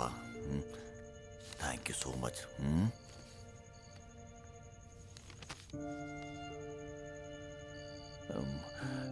ಆದರೂ ನನ್ನ ಮನಸ್ಸಿಗೆ ಸಮಾಧಾನ ಇಲ್ಲ ಕಣಯ್ಯ. ಒಬ್ಬ ಸಾಮಾನ್ಯ ಕೊಲೆಗಾರನ ಕೈಯಲ್ಲಿ ತಿದ್ದಿಸ್ಕೊಳ್ಳಂಗಾಗೋಯ್ತಲ್ಲಯ್ಯ. ಸಾಮಾನ್ಯ ಕೊಲೆಗಾರ? ಚೆನ್ನಾಗಿದೆ ಸರ್. ತೀರ್ಥ ಶಂಖದಿಂದನೇ ಬರಬೇಕು ಅಂತ ಏನಿಲ್ಲ ಸರ್. ತೀರ್ಥ ಎಲ್ಲಿಂದ ಬಂದರೂ ಪ್ರಸಾದನೇ. ಬಿಡಿ, ಮುಂದೆ ಓದಿ ಸರ್. ಹಾಂ, ಈ ರೀದು ಕೊಂದು ಇದು ಎಲ್ಲಿದ್ದೆ ನಾನು? ಉಪ್ಪಾರ್ಪೇಟೆಯಲ್ಲಿ. ನೀವು ಉಪ್ಪಾರ್ಪೇಟೆ ಅಂತ ಓದುವಾಗ ನಾನು ಅಡ್ಡ ಬಂದೆ. ಹಾಂ, ಕರೆಕ್ಟ್. ಉಪ್ಪಾರಪೇಟೆ ಪೊಲೀಸ್ ಠಾಣೆಗೆ ಬಂದು ನೀನೇ ಸ್ವಯಂ ಶರಣಾದೆ. ನ್ಯಾಯಾಲಯದಲ್ಲಿ ನಿನ್ನ ತಪ್ಪನ್ನು ನೀನೇ ಒಪ್ಪಿಕೊಂಡಿದ್ದಕ್ಕಾಗಿ IPC ಸೆಕ್ಷನ್ 302 ಪ್ರಕಾರ ನಿನಗೆ ಮರಣದಂಡನೆ ವಿಧಿಸಿತು. ನನ್ನ ಯಾಕೆ ನೋಡ್ತೀರಾ ಸರ್? ಸರಿ ಅಂತ ನಾನು ಯಾವತ್ತೂ ಒಪ್ಕೊಂಡಲ್ಲ. ತಪ್ಪೇನಿಲ್ಲ. ಪತ್ರದಲ್ಲಿ ಚೆನ್ನ, ನಿನ್ನ ಆಯಸ್ಸಿನ್ನು 1 ಗಂಟೆ ಕೂಡ ಇಲ್ಲ. ಸಾಯೋ ನಿದ್ದಿ. ಈಗಲೂ ತಮಾಷೆ ಮಾಡ್ತೀಯಲ್ಲಪ್ಪ. ಕಲಾವಿದ ಮೇಲೆ ನಗ್ತಾ ಇದ್ರು ಒಳಗೆ ಅಳ್ತಾ ಇರ್ತಾನೆ ಸರ್. ಆದರೆ ನಂಗೆ ನಟನೆ ಬರಲ್ವೇ, ಏನು ಮಾಡೋದು? ಹತ್ತು ಸುಸ್ತಾಗಿ ಗಾಂಭೀರ್ಯಕ್ಕೆ ಬೆಲೆ ಇಲ್ಲದೆ ಹೋಗಿ ಸಾಯಕ್ಕೂ ಮುಂಚೆ ಸ್ವಲ್ಪ ನಗೋಣ, ನಗ್ಸೋಣ ಅಂತ.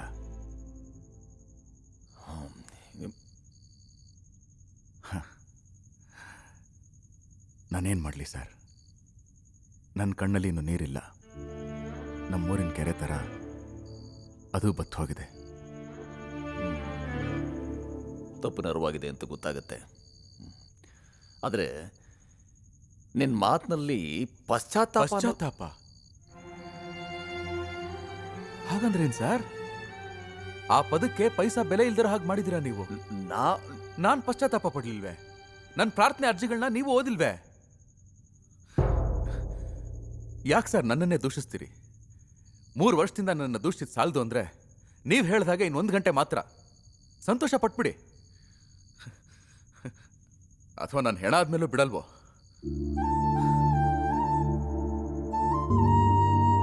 ಚೆನ್ನ, ನಿನ್ನ ಮಾತಿನ ಮತಾಪನ್ನ ನಿನ್ನ ಕಥೆ ಕಾದಂಬರಿಲೂ ಬರಿಬೋದಾಗಿತ್ತಲ್ಲಪ್ಪ.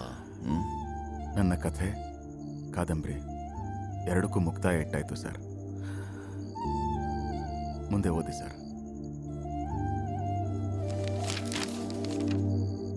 ಈ ತೀರ್ಪಿನ ಮೇಲೆ ನೀನು ರಾಷ್ಟ್ರಪತಿಯವರಿಗೆ ಕ್ಷಮಾದಾನ ಬೇಡಿಕೆ ಸಲ್ಲಿಸಿದ್ದು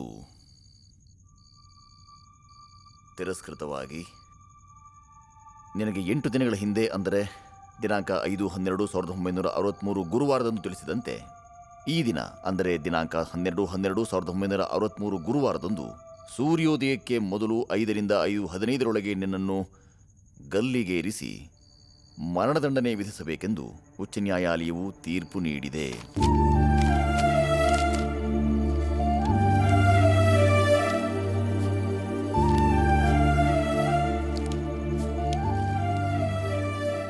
ನೀನೇನು ಸಿದ್ಧ ಆಗಬೇಕು ಚೆನ್ನ.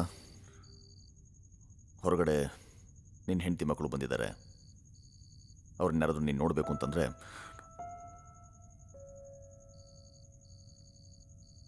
ನಿಮ್ಮ ತಾಯಿ ಕೂಡ ಜೊತೆಯಲ್ಲಿದ್ದಾರೆ. ಅವರನ್ನು ಸರ್,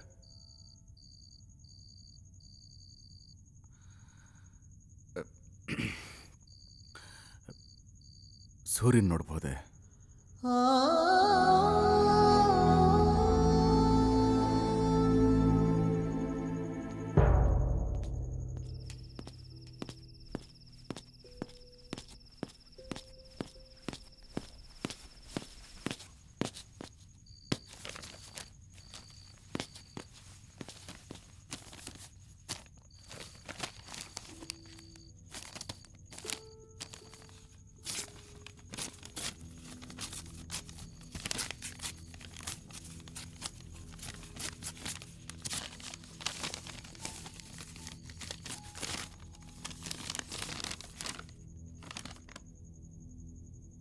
ನಿಮ್ಮ ತಾಯಿ ನಿನ್ನನ್ನು ನೋಡಲೇಬೇಕಂತೆ.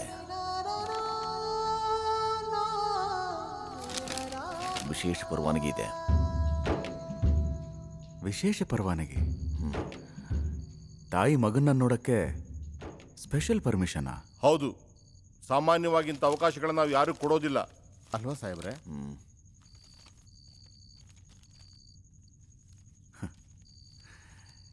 ನಾನೊಬ್ಬ ಸಾಮಾನ್ಯ ಕೊಲೆಗಾರ, ಅಂಥವನಿಗೆ ಅಸಾಮಾನ್ಯ ಅವಕಾಶ. ಆಯ್ತು ಸರ್, ಕಳಿಸಿ.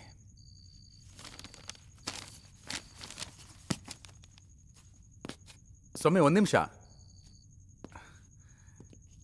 ನನ್ನ ಬಗ್ಗೆ ಇಷ್ಟಾದರೂ ದಯೆ ತೋರಿಸಿದ್ದಕ್ಕೆ ತುಂಬ ಧನ್ಯವಾದಗಳು.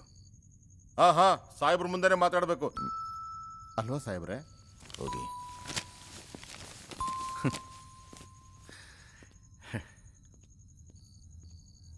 ಯಾಕೆ ಈ ವ್ಯಂಗ್ಯ ನನಗೆಪ್ಪ? ಅನಿವಾರ್ಯ, ನಾವಿಲ್ಲಿರಲೇಬೇಕು.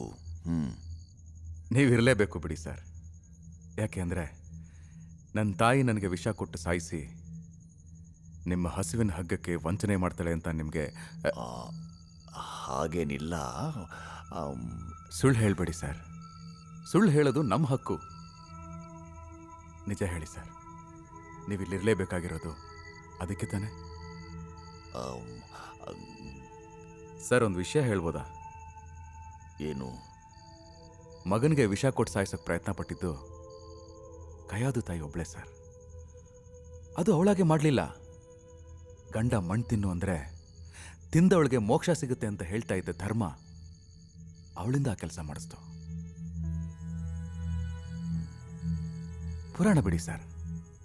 ಹುಲಿ ವಿಷಯ ಗೊತ್ತಾ ನಿಮಗೆ? ಹುಲಿ ಸರ್, ಮರಿ ಮಗ್ಲಲ್ಲಿ ಮಲಗಿದ್ರೆ ತಾಯಿ ಹುಲಿನ ನೋಡ್ಬೇಕು ನೀವು. ಆ ಮರಿಗೇನಾದರೂ ಅಪಾಯ ಆಗುತ್ತೆ ಅಂತ ಗೊತ್ತಾದ್ರೆ ತನ್ನ ಪ್ರಾಣನೂ ಲೆಕ್ಕಿಸ್ದೆ ಬೇಟೆಗಾರ ಗುರಿ ಇಟ್ಟು ಬಂದೂಕಿನ ಮೇಲೆ ಬೀಳುತ್ತೆ. ಚಿಂತೆ ಮಾಡಬೇಡಿ ಸರ್. ನನ್ನ ತಾಯಿ ನನ್ನನ್ನು ಕೊಲ್ಲಲ್ಲ. ನಾನು ಕೊಲೆಗಾರನೇ. ಆದರೆ ನನ್ನ ತಾಯಿ ನಿಮ್ಮ ತಾಯಿ, ಎಲ್ಲರ ತಾಯಿ ಹಾಗೆ ಒಬ್ಬ ತಾಯಿ ಅಷ್ಟೇ. ಅಷ್ಟೇ.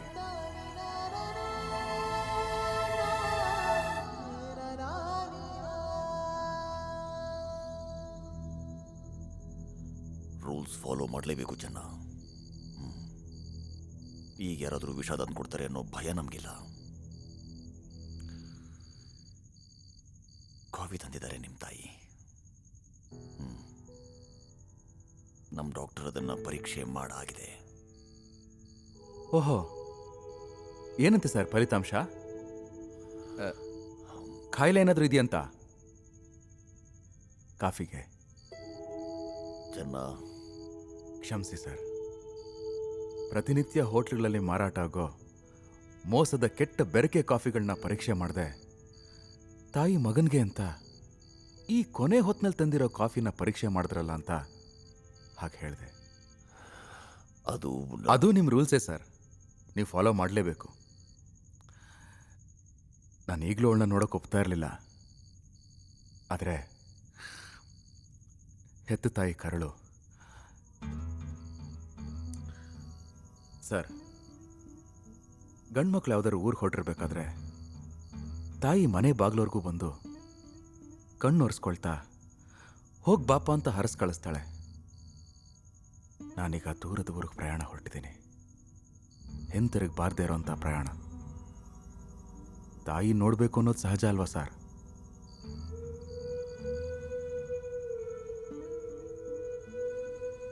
ಅವಳನ್ನು ಅಳಿಸ್ಬಾರ್ದು ಅಂತ ಇದ್ದೆ. ಆದರೆ ಅವಳ ಆಸೆಗೆ ತಲೆ ಬಾಗ್ತಾ ಇದ್ದೀನಿ. ಈ ಭೂಮಿ ತಾಯಿ ಹೊಟ್ಟೆ ಒಳಗೆ ಹೋಗೋದಕ್ಕೂ ಮುಂಚೆ ಈ ಭೂಮಿಗೆ ನನ್ನ ತಂದವಳನ್ನ ನೋಡ್ಬೇಕಾದ ನನ್ನ ಕರ್ತವ್ಯ ಅಲ್ವಾ ಸರ್? ಅಲ್ಲ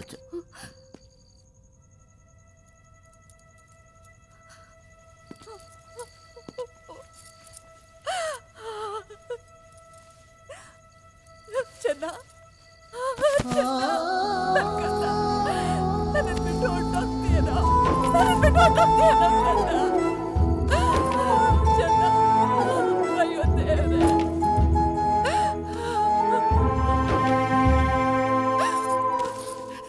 ಸಾಹೇಬ್ರೆ,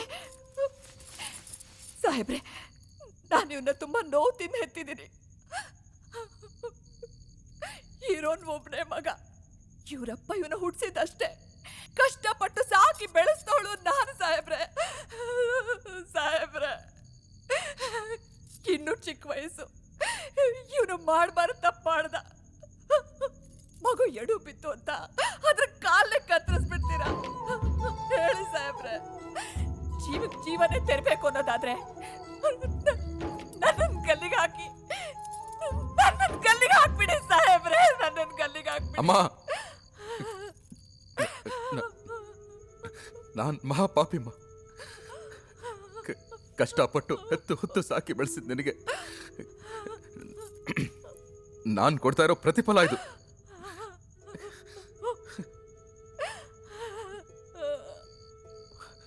ಮಗ ನೇಣಾಕ್ಸ್ಕೊಂಡು ಸಾಯೋದನ್ನ ಕಣ್ಣಾರೆ ನೋಡೋ ಮಹಾ ನೋವು. ಯಮ ಇದಕ್ಕೆ ಯಾವ ಶಿಕ್ಷೆ ಕೊಡ್ತಾನೋ ಗೊತ್ತಿಲ್ಲ. ಅಮ್ಮ, ಇನ್ಮೇಲೆ ಯಾವ ಹೆಣ್ಣು ಬಂಜೆ ಅನ್ಸ್ಕೊಂಡ್ರು ಪರವಾಗಿಲ್ಲ, ಆದ್ರೆ ನನ್ನಂತ ಮಗನ ಹಡಿದ ಇರ್ಲಿ ಅಂತ ಬಯಸಮ್ಮ. ಮಗ ತಪ್ಪು ಮಾಡಿದಾನೆ ಅಂತ ಗೊತ್ತಿದ್ರು ಯಾವ ತಾಯಿನೋ ಅದನ್ನ ಮನ್ಸಾರೆ ಒಪ್ಪೋದಿಲ್ಲ ಕಣೋ, ಒಪ್ಪೋದಿಲ್ಲ. ಚೆನ್ನ, ನೀನ್ ಬಯಸೋದೆ ಆದ್ರೆ ಇನ್ ಮುಂದೆ ಹುಟ್ಟೋ ಯಾವ ಮಗನು ನೀನ್ ಮಾಡಿರೋ ತಪ್ಪನ್ನ ಮಾಡಬಾರ್ದು ಅಂತ ಬಯಸೋ. ಹಾಗಂತ ಬಯಸಕ್ಕಂತ, ಹಾಗಂತ ಬಯಸೋ. ಚೆನ್ನ,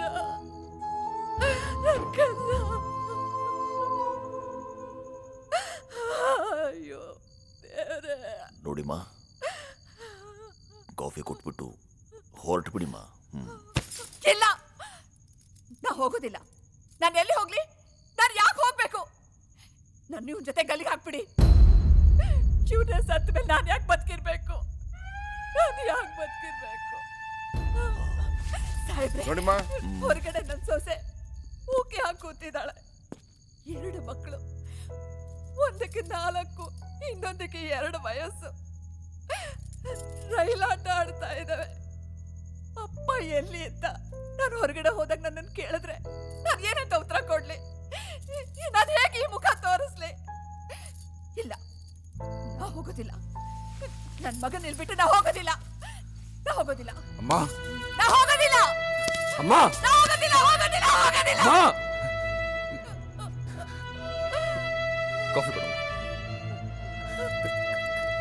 ಕಾಫಿ ಕೊಡಮ್ಮ.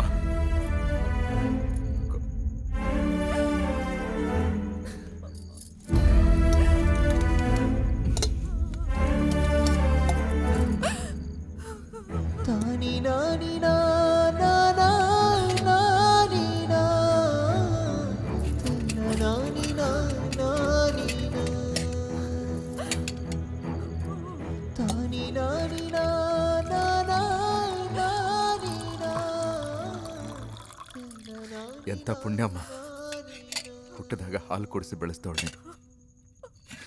ಹುಟ್ಟು ಅಳಿಸಿ ಹೋಗುವಾಗ ಹಾಲಿನ ಜೊತೆ ಸಕ್ಕರೆ.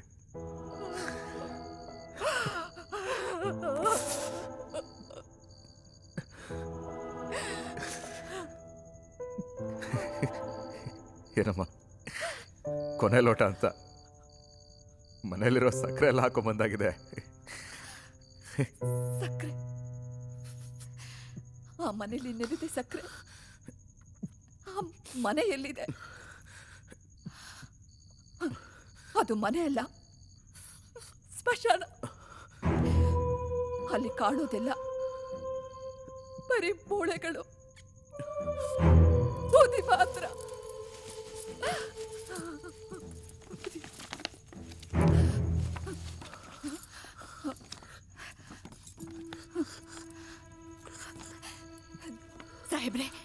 ಸಾಹೇಬ್ರೆ, ಇಲ್ಲಿ ನೋಡಿ, ಇವ್ ಮಕ್ಕಳು ಎಷ್ಟು ಮುದ್ದಾಗಿವೆ ನೋಡಿ.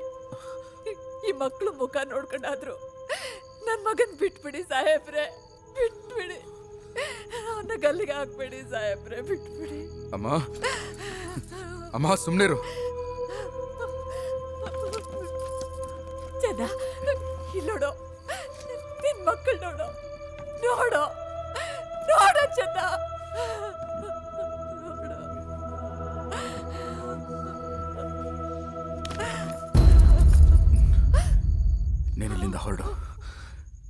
ನೀನಿಲ್ಲಿರೋಷ್ಟು ಹೊತ್ತು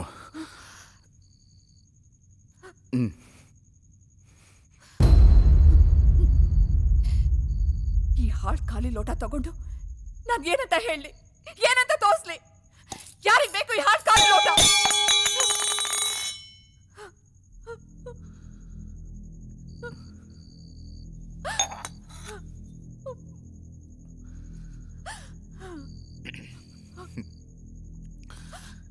ಈ ಲೋಟ ಏನು ಮಾಡ್ತಮ್ಮ? ಹಾಲು ಬರುತ್ತೆ, ಹಾಲು ಹೋಗುತ್ತೆ. ಇದನ್ನ ಬಿಸಾಕ್ಬಿಟ್ರೆ ಆ ಹಾಲನ್ನು ಯಾವುದ್ರಲ್ಲಿ ಇಟ್ಕೊಳ್ತೀಯಮ್ಮ? ಈ ಲೋಟ ಬೇಕಮ್ಮ. ಮಕ್ಕಳಿಗೆ ಹಾಲು ಬೇಕು, ನೀನು ಬೇಕಮ್ಮ. ಇವಳನ್ನ ಕರ್ಕೊಂಬಂದು ಮದುವೆ ಮಾಡಿಸಿದ್ದು ನೀನೇ. ನಾನು ಮಾಡಿದ ತಪ್ಪಿಗೆ, ನನ್ನ ಹೊಟ್ಟೆಲ್ ಹುಟ್ಟಿದ ತಪ್ಪಿಗೆ ಅವ್ರಿಗೆ ಯಾಕಮ್ಮ ಶಿಕ್ಷೆ ಕೊಡ್ತೀಯ? ಮಗನಿಗಾಗಿ ಸಾಯ್ತೀನಿ ಅಂತ ಇರೋ ನೀನು ನಿನ್ನ ಸೊಸೆಗಾಗಿ, ನಿನ್ನ ಮೊಮ್ಮಕ್ಕಳಿಗೋಸ್ಕರ ಬದುಕಬೇಕಮ್ಮ. ಅವರನ್ನ ದಾರಿ ತಪ್ಪಿಸೋ ಹಕ್ಕು ನನಗಿಲ್ಲಮ್ಮ, ನನಗಿಲ್ಲ. ಹೊತ್ತಾಗ್ತಿದೆ ತಾಯಿ, ಹೀಗೆ ಆದರೆ ಬೆಳಗಾಗ್ಬಿಡುತ್ತಮ್ಮ. ಪ್ರಪಂಚಕ್ಕೆ ಬೆಳಗಾಗ್ತಾ ಇದೆ, ಆದರೆ ನಮ್ಮ ಪ್ರಪಂಚಕ್ಕೆ ಸಂಜೆ. ಸೂರ್ಯ ಹುಟ್ಟುತ್ತಾ ಇದ್ದಾನೆ, ಇಲ್ಲಿ ನಮ್ಮನೆ ಸೂರ್ಯ ಮುಳುಗ್ತಾ ಇದ್ದಾನೆ ಸಾಹೇಬ್ರೆ, ಮುಳುಗ್ತಾ ಇದ್ದಾನೆ. ನಾ ಹೋಗಲ್ಲ, ನಾ ಹೋಗಲ್ಲ. ಅಮ್ಮ, ಅಮ್ಮ, ಆಯ್ತು ಹೋಗ್ಬೇಡ. ಹೊರಗಡೆ ನನ್ನ ಹೆಂಡತಿ ಮಕ್ಕಳಿದಾರಲ್ಲ, ಅವ್ರನ್ನ ಎಲ್ಲರ ಮುಂದೆನೂ ಕೊಂದ್ಬಿಡು. ಚೆನ್ನ, ಡೋಂಟ್ ಪ್ರೊವೋಕ್ ಹರ್. ತಾಯಿನ ಪ್ರಚೋದಿಸ್ಬೇಡ. ಇಲ್ಲ ಸರ್, ಆಗ ಅವ್ರ ಸಮಸ್ಯೆನೂ ಬಗೆಹರಿಯುತ್ತೆ, ಇವಳ ಆಸೆನೂ ನೆರವೇರುತ್ತೆ. ನಿನ್ನನ್ನು ಕರ್ಕೊಂಡ್ಬಂದು ನನ್ನ ಜೊತೆ ನೇಣು ಹಾಕ್ತಾರೆ, ಇಬ್ಬರು ಒಟ್ಟಿಗೆ ಹೋಗೋಣ. ಯಾಕೋ ಹೀಗೆಲ್ಲ ಮಾತಾಡ್ತಿದ್ಯಾ? ಮತ್ತಿನ್ನೇನ್ ಮಾಡ್ಲಮ್ಮ?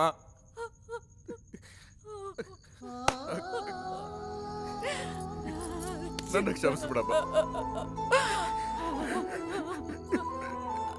ನನಗೆ ತುಂಬಾ ನೋವು ಕೊಟ್ಟಿದ್ದೀನಿ, ತುಂಬಾನೇ ನೋವು ಕೊಟ್ಟಿದ್ದೀನಿ.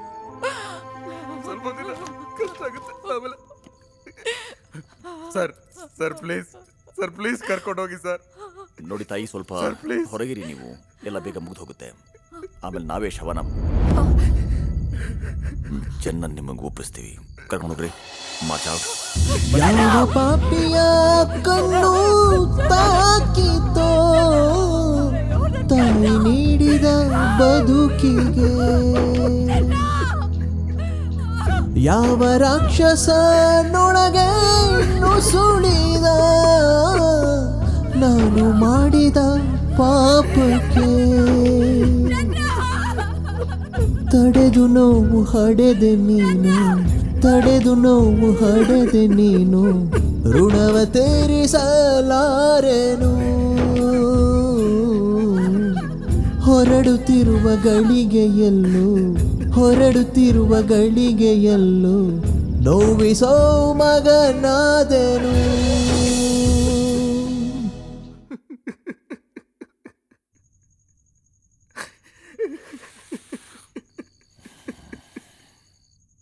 ಕಷ್ಟ, ಬಹಳ ಕಷ್ಟ.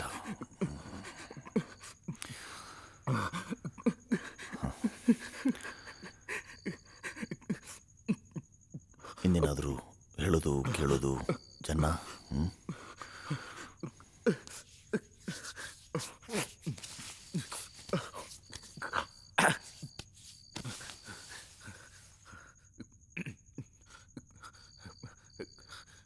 ನಡೆಸ್ಕೊಡ್ತೀರಾ ಸರ್? ಕಾನೂನಿಗೆ ವಿರುದ್ಧ ಇಲ್ಲಿದ್ರೆ ಸರ್, ನನ್ನ ಹೆಂಡತಿ ಹಾಲು ಮಾರ್ತಾಳೆ. ಸರಿ. ವರ್ತನೆಯವರು ಸರಿಯಾಗಿ ತಿಂಗಳಿಗೆ ಹಣ ಕೊಡ್ದೆ ಅವಳಿಗೆ ಮೋಸ ಮಾಡಬಹುದು. ಪಾಪ ಅವಳು ಹಸುವಿಂದ ಕಳ್ಳಿ ಆದರೂ ಆಗಬಹುದು. ಆ ಹಾಲನ್ನ ಜೈಲಿಗೆ ಅಂತ ನೀವು ತಗೊಂಡ್ರೆ ಹ್ಞೂ, ಸರ್ಕಾರ ಕಾಂಟ್ರಾಕ್ಟ್ ಕೊಟ್ಬಿಟ್ಟಿದೆ. ಅದಾಗೋಲ್ಲ. ಅದರೊಂದು ಕೆಲಸ ಮಾಡ್ಬೋದು. ನಮ್ಮ ಮನೆಗೆ ಮತ್ತೆ ನಮ್ಮ ಸುತ್ತಮುತ್ತ ಇರೋ ಮನೆಗೆ ತಗೊಳ್ಳಿ ಅಂತ ಹೇಳ್ಬೋದು. ಹಣ ಕೊಡಿಸೋ ಜವಾಬ್ದಾರಿ ನಂದು. ಆಗ್ಬೋದಾ? ಸರಿ ಸರ್. ಸರ್, ಎರಡನೇದು, ಮುಂದಿನ ವರ್ಷ ನನ್ನ ಮಕ್ಕಳು ಶಾಲೆ ಸೇರ್ತಾರೆ. ಅಲ್ಲಿ ತಂದೆ ಹೆಸರನ್ನ ಕೇಳದಿರೋ ಹಾಗೆ ವ್ಯವಸ್ಥೆ ಮಾಡಬೇಕು.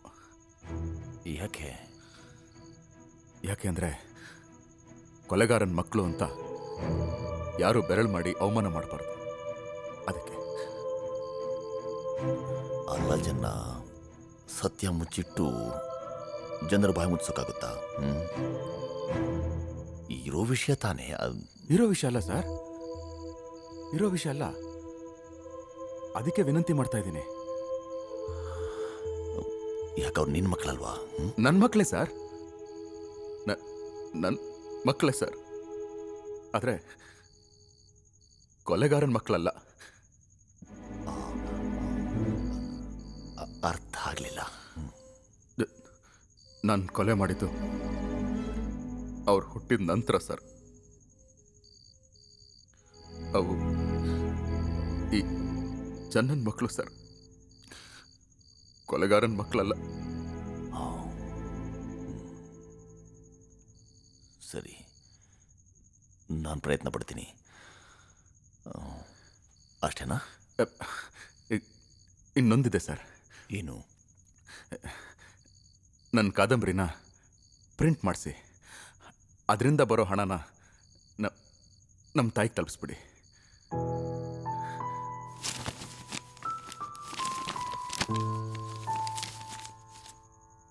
ಇದನ್ನ ಮಾರ ಕೊಂಡ್ಕೊಳ್ತಾರೋ ಇಲ್ವೋ ಅಂತ ಸಂದೇಹ ಪಡಬೇಡಿ ಸರ್. ಟೆಂಡರ್ ಹಾಕ್ಸಿ. ಗಾಂಧಿನಗರದಲ್ಲಿ ಸಂಚಲನ ಸೃಷ್ಟಿ ಮಾಡಿದ ಕೊಲೆಗಾರ ಚನ್ನಕೇಶವನ ನನ್ನ ಹಣೆ ಬರಹ ಅಂತ ಪ್ರಕಾಶಕರು ಜೈಲು ಗೋಡೆಗಳನ್ನ ಉರುಳಿಸ್ಕೊಂಡು ಬರ್ತಾರೆ ಸರ್. ಲಾಠಿ ಚಾರ್ಜ್ ಕೂಡ ಮಾಡಿಸ್ಬೇಕಾಗ್ಬೋದು ಸರ್. ನಮ್ಮ ಜನಕ್ಕೆ ಪಕ್ಕದ ಮನೆ ಜಗಳ ಮನರಂಜನೆ ಸರ್. ಅದರಲ್ಲೂ ಒಬ್ಬ ಖೈದಿ ಹಣೆ ಬರಹ ಅಂದ್ರೆ ಕುತೂಹಲ ಜಾಸ್ತಿ ಸರ್. ಯಾರು ಹೆಚ್ಚು ಹಣ ಕೊಡ್ತಾರೋ ಅವ್ರಿಗೆ ಅದನ್ನು ಮಾರಿ ಸರ್. ಬಂದ ಹಣನ ನಮ್ಮ ತಾಯಿಗೆ ತಲುಪಿಸ್ಬಿಡಿ. ಅಲ್ಲಿವರೆಗೂ ಅವಳಿದ್ರೆ. ಯಾಕಪ್ಪ, ಯಾಕೆ ಯೋಚನೆ ಮಾಡ್ತೀವಿ? ಯೋಚನೆ ಮಾಡಿದ ಮಾತ್ರಕ್ಕೆ ಆಗೋದಾಗದೇ ಇರುತ್ತಾ ಸರ್. ದಶರಥನ ಗಂಡಿಯದೇನೆ ಒಡೆದೋಯ್ತಂತೆ. ಪಾಪ ನಮ್ಮ ತಾಯಿ ಹೆಣ್ಣು.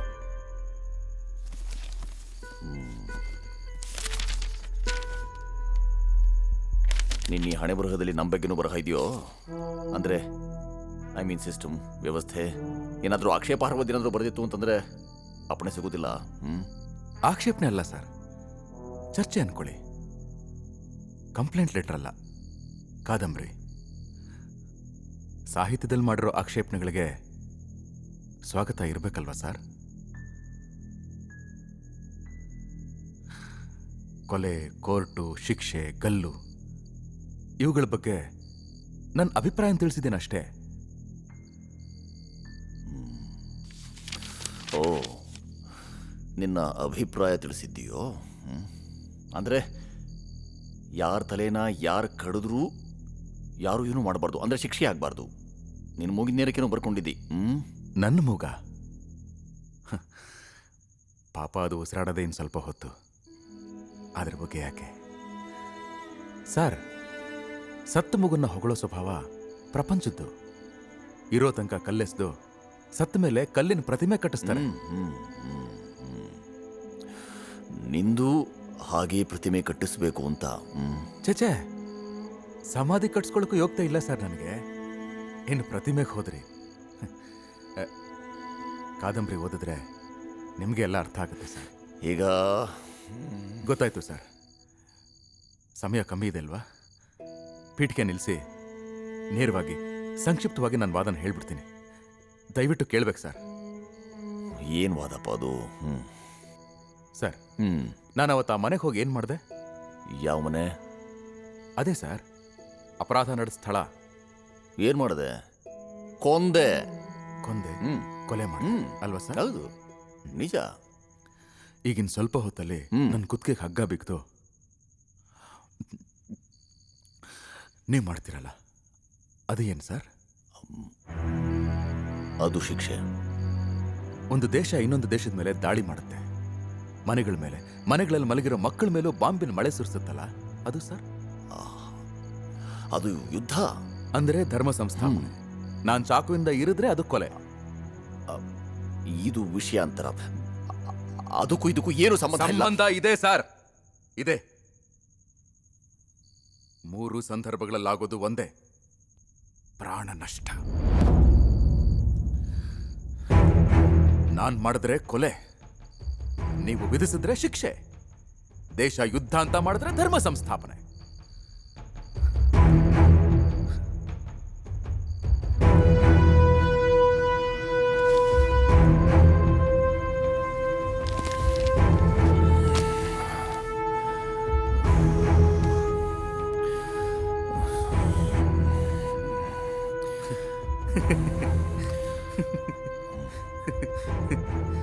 ಯಾಕಪ್ಪ ನಗ್ತಾ ಇದೆಯಾ?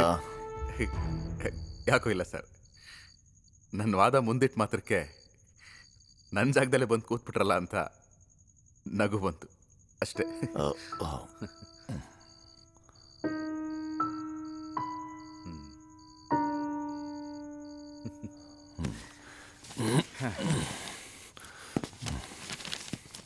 ಬಿಡಿ ಸರ್, ಸ್ವಲ್ಪ ಸಮಾಧಾನವಾಗಿ ಯೋಚನೆ ಮಾಡಿದ್ರು ಯುದ್ಧ ಮಾಡೋ ಪ್ರತಿಯೊಂದು ದೇಶನೂ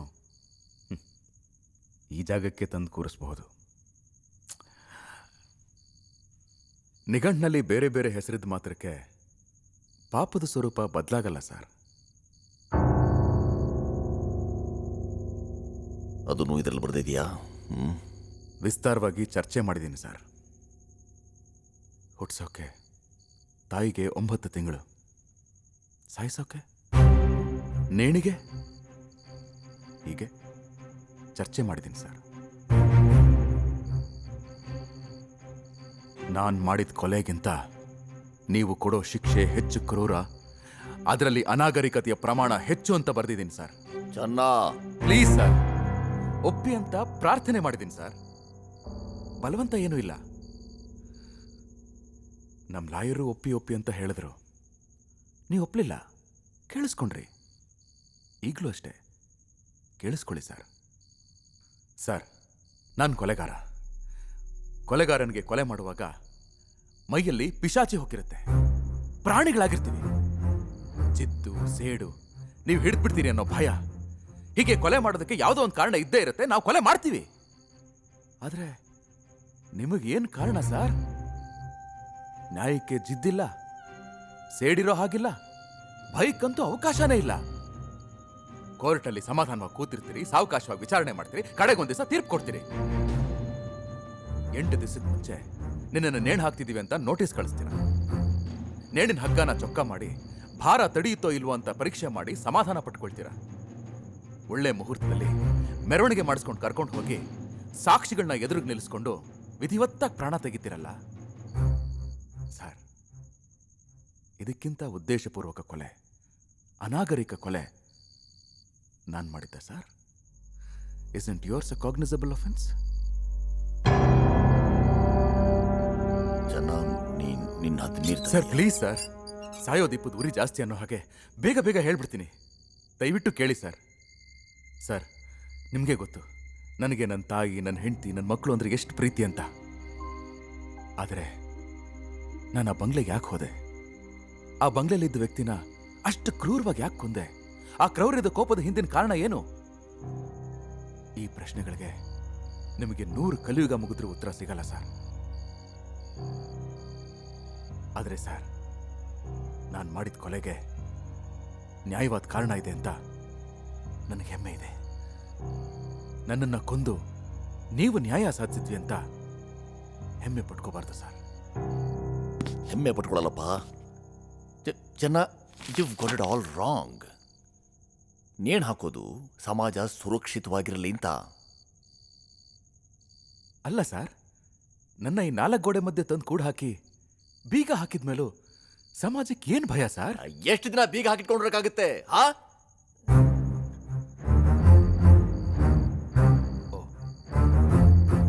ಬೀಗ ಹಾಕಿ ಇಟ್ಟಿರಕ್ ಆಗಲ್ಲ ಅಂತ ನೇಣು ಹಾಕ್ತಾ ಇದ್ದೀರಾ? ಹಾಗಲ್ಲ, ಅದು ಈಗೇನಪ್ಪ, ಜೀವಾವಧಿ ಶಿಕ್ಷೆ ಕೊಡಬೇಕು, ನೇಣು ಹಾಕ್ಬಾರ್ದು, ಅಷ್ಟೇ ತಾನೇ ನಿನ್ನ ಮಾತು? ಇಲ್ಲ ಸರ್, ನಾನು ಅದನ್ನು ಒಪ್ಪಲ್ಲ. ಸುಮ್ಮನೆ ನಿಮಗೆ ವೃಥಾ ಅನ್ನದಂಡ ಅಷ್ಟೇ. ನೋಡು, ಆ ಮಾತನ್ನು ನೀನಾಡಬಾರ್ದು. ಅನ್ನಕ್ಕೆ ನಿನಗೆ ನಾವು ಯಾವ ದ್ರೋಹನೂ ಮಾಡಿಲ್ಲ. ಇನ್ಫ್ಯಾಕ್ಟ್ ನೀನು ಜೈಲಿಗೆ ಬಂದಾದ್ಮೇಲೆ ನಿನ್ನ ತೂಕ 22 ಪೌಂಡ್ ಜಾಸ್ತಿ ಆಗಿದೆ, ಗೊತ್ತಾ ನಿನಗೆ? ನಿಜನಾ ಸರ್? ಅಯ್ಯ, ಸುಳ್ಳು ಹೇಳೋದು ನಿನ್ನ ಹಕ್ಕು ಅಂತ ನೀನೇ ಹೇಳಿದೆಯಲ್ಲಪ್ಪ.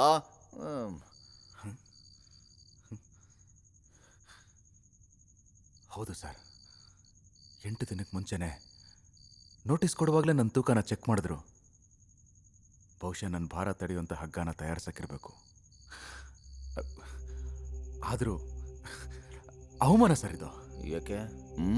ಮತ್ತಿನೇನು ಸರ್, ಕತ್ತಿಗೆ ಹಾಕೋ ಹಗ್ಗ ಸದಾ ಕಣ್ಮುಂದೆನೆ ಕಾಣಿಸೋ ಕೈದಿಗೆ ತುತ್ತ ಅನ್ನನೂ ಗಂಟ್ಲಲ್ಲಿ ಇಳಿಯೋದು ಕಷ್ಟ. ಅಂಥದ್ರಲ್ಲಿ 22 ಪೌಂಡ್ ತೂಕ ಜಾಸ್ತಿ ಆಗಿದ್ದೀನಿ ಅಂದರೆ ಅವಮಾನ ಅಲ್ವಾ ಸರ್? ಸರ್, ಕಾರಾಗೃಹದ ಹೊರಗೆ ನಿಮ್ಮ ಸರ್ಕಾರದ ಆಹಾರ ಸರಬರಾಜಿನ ಬಗ್ಗೆ ಅಸಮಾಧಾನ ಇದೆ. ರೇಷನ್ ಅಂಗಡಿಯಲ್ಲಿ ಸಿಗೋ ಆಹಾರದಲ್ಲಿ ಮೋಸ, ತೂಕ ಕಮ್ಮಿ ಅಂತ. ಅದೇ ನೀವು ಕೊಡೋ ಆಹಾರ ತಿಂದರೆ ತೂಕ ಜಾಸ್ತಿ. ಸರ್, ಹೊರಗೆ ಯಾರಿಗೂ ಹೇಳ್ಬಿಡಿ ಸರ್. ಆಮೇಲೆ ಹೊರಗಡೆ ಇರೋದಕ್ಕಿಂತ ಒಳಗಿರೋದೇ ವಾಸಿ. ಮೈ ತುಂಬಿಸೋ ಈ ಜೈಲೂಟಕ್ಕೆ ನುಕ್ಕೊಂಡು ಬಂದ್ಬಿಟ್ಟಾರು. ಕೊಲೆ ಮಾಡೋ ಇಲ್ಲ ಕಳ್ತನ ಮಾಡೋ.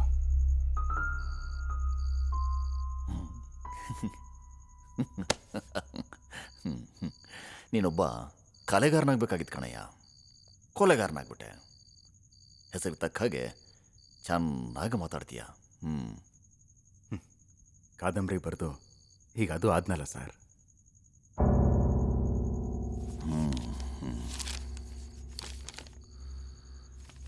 ಚೆನ್ನ ಸರ್, ಜೀವಾವಧಿ ಶಿಕ್ಷೆ ವಿಧಿಸ್ತೆ ನೇರವಾಗಿ ನೇಣ್ಗಂಬಕ್ಕೆ ಏರಿಸೋದು ಆಹಾರ ಉಳಿಸೋಕೆ ಅಂತಲ್ಲ ಕಣಯ್ಯ. ಒಬ್ಬ ಮನುಷ್ಯ ಇನ್ನೊಬ್ಬನ ಪ್ರಾಣ ತೆಗೆದ್ರೆ ಅವನಿಗೂ ನೇಣು ಕಟ್ಟಿಟ್ಟು ಬುತ್ತಿ ಅನ್ನೋ ಹೆದರಿಕೆಯನ್ನು ಜನರಲ್ಲಿ ಮೂಡಿಸೋದಕ್ಕೆ. ಇದೇ ಹೆದರಿಕೆಯಿಂದಲೇ ಮತ್ತೊಬ್ಬ ಇಂಥ ಕೃತ್ಯ ಕೈ ಹಾಕೋಲ್ಲ. ಹಾಗಂತ ನೀವು ಅನ್ಕೊಂಡಿದ್ದೀರಾ? ನೀವು ಹಾಗೆ ಅನ್ಕೊಂಡಿದ್ದೀರಾ ಅಂತ ಇದರಲ್ಲಿ ಬರ್ತಿದ್ದೀನಿ ಸರ್. ಹಗ್ಗದಿಂದ ನೇಣು ಹಾಕ್ಬೋದು ಅಂತ ಕಂಡು ಹಿಡಿದು ಎಷ್ಟು ಶತಮಾನಗಳಾಗಿರ್ಬೋದು ಸರ್?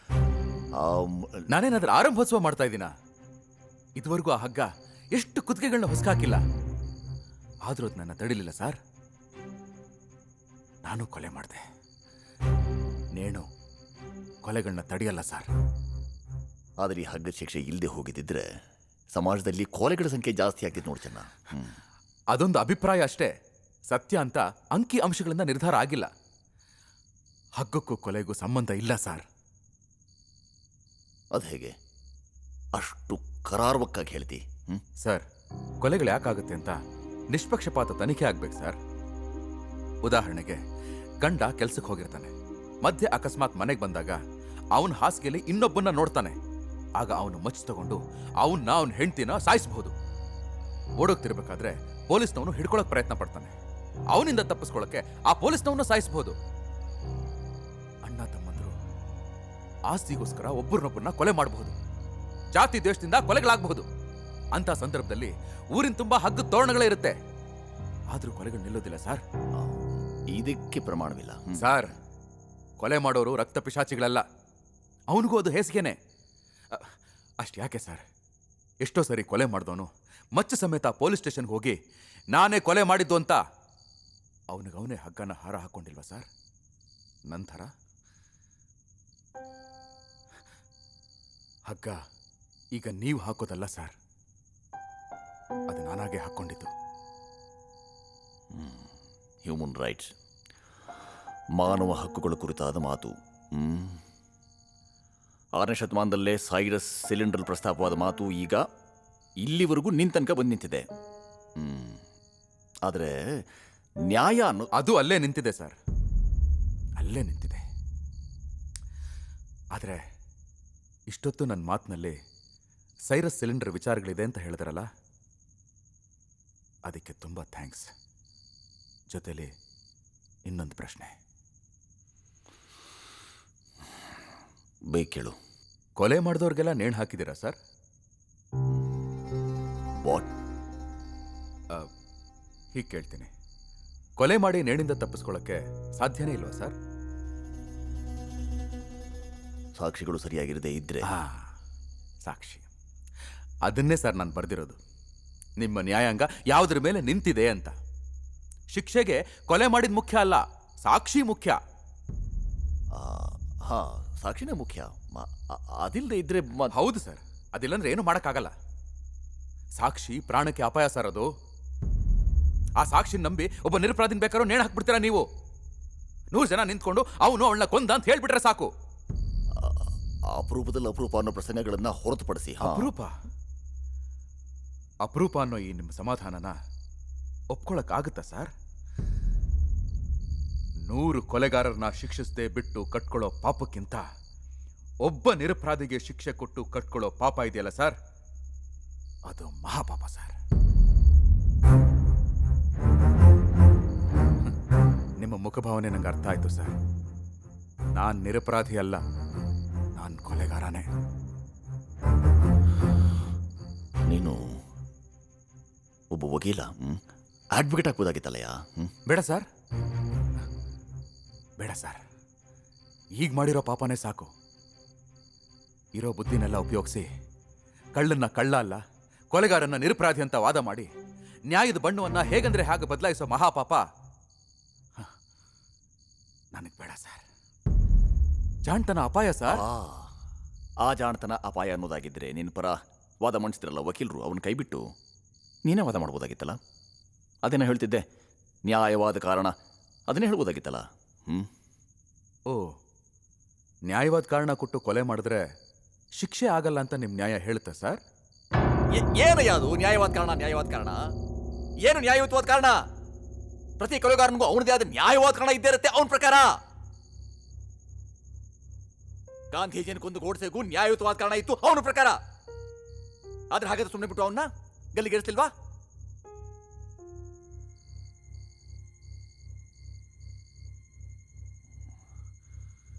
ಪ್ರಜಾತಂತ್ರ ವ್ಯವಸ್ಥೆ, ours is a democratic country. ಒಂದು ದೇಶ, ಒಂದೇ ಕಾನೂನು, ಅದಕ್ಕೆಲ್ಲರೂ ತಲೆ ಬಾಗ್ಲೇಬೇಕು.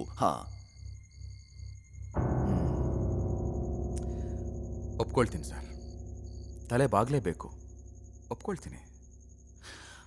ಆದ್ರೆ ಒಪ್ಕೊಳಕ್ಕಾಗದಿರೋ ವಿಚಾರಗಳು ಸುಮಾರಿದಾವೆ ಸರ್. ಅದು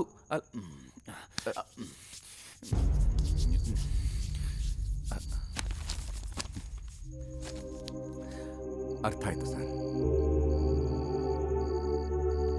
ಅಭಿಪ್ರಾಯಗಳಲ್ಲಿ ವ್ಯತ್ಯಾಸ ಇರೋವರೆಗೂ ವಾದ ವಿವಾದಗಳು ನಡೀತಾನೆ ಇರುತ್ತೆ.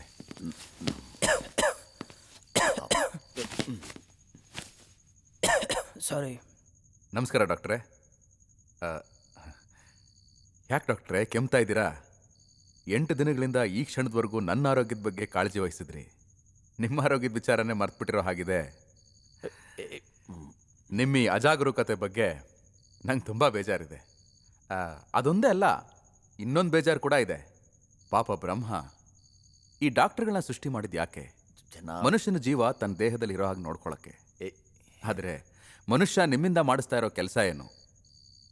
ಜೀವ ಹೋಗೋವರೆಗೂ ಕೈ ಕಟ್ಕೊಂಡು ನೋಡಿಕೊಂಡು ಜೀವ ಹೋದ್ಮೇಲೆ ಇವ್ ನಿಜವಾಗ್ಲೂ ಸತ್ತಿದ್ದಾನೆ ಅಂತ ಸರ್ಟಿಫಿಕೇಟ್ ಕೊಡ್ಸೋಕೆ. ಚೆನ್ನ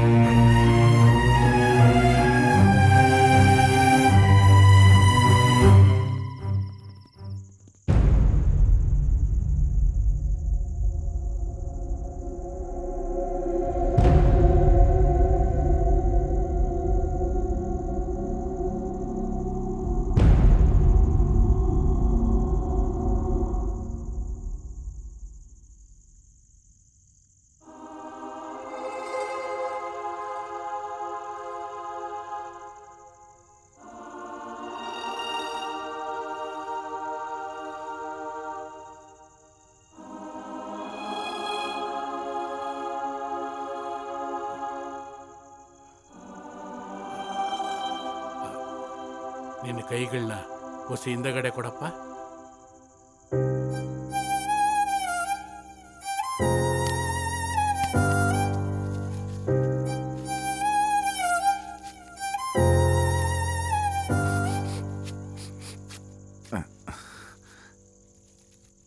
ಏನಿದು ತುಪ್ಪದ ವಾಸನೆ ಬರ್ತಾ ಇದೆಯಲ್ಲ? ನೇಣ್ಗಾಕೋವಾಗ ನೋವಾಗ್ದಿರ್ಲಿ ಅಂತ ಹಗ್ಗಕ್ಕೆ ತುಪ್ಪ, ಬಾಳೆಹಣ್ಣು, ಸಾಬೂನು ಹಚ್ಚಿರ್ತೀನಿ. ನಮ್ಮಪ್ಪ ನಂಗೆ ಹೇಳ್ಕೊಟ್ಟಿದ್ದು. ಸತ್ತ ಮೇಲೆ ಹಾಲು ತುಪ್ಪ ಹಾಕ್ತಾರೆ, ಹೋಗುವಾಗಲೇ ತುಪ್ಪ ಹಚ್ಚಿ ಕಳಿಸ್ತಾ ಇದ್ದೀರಾ. ನಿಮ್ಮ ಸೇವೆ ಹೀಗೆ ನಡೀಲಿ. ಏಯ್ ಸಾಕು, ಮಾತು ನಿಲ್ಸಪ್ಪ. ಮಾತು ನಿಲ್ಲಿಸು ಅಂತ ಹೇಳ್ಬೇಡಿ ಸರ್. ಇನ್ನು ಸ್ವಲ್ಪ ಹೊತ್ತು ಹಗ್ಗ ನನ್ನ ಶಬ್ದ ನಿಲ್ಲಿಸ್ಬಿಡುತ್ತೆ. ಅಲ್ಲಿವರೆಗೂ ಮಾತಾಡ್ತೀನಿ.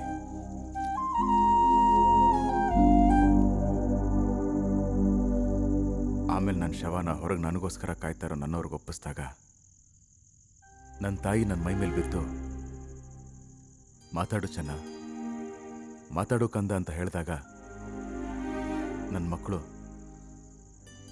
ಜೈಲಿಂದ ಬಿಟ್ಬಿಟ್ರೇನಪ್ಪ ಅಂತ ಚಪ್ಪಾಳೆ ತಟ್ಕೊಂಡು ಕೇಳುವಾಗ ನನ್ನ ಹೆಂಡತಿ, ರೀ ಮನೆಗೆ ಹೋಗೋಣ್ಬಿನ್ರಿ ಅಂತ ಹೇಳಿದಾಗ ಆಗ ನಾನು ನನ್ನ ಶವ ಹೇಗೆ ಮಾತಾಡೋಕ್ಕಾಗತ್ತೆ ಸರ್? ಏನಪ್ಪ, ನಿಮಗೆ ದೇವರು ಅಂದರೆ ತುಂಬ ಭಕ್ತಿ ಅನಿಸುತ್ತೆ.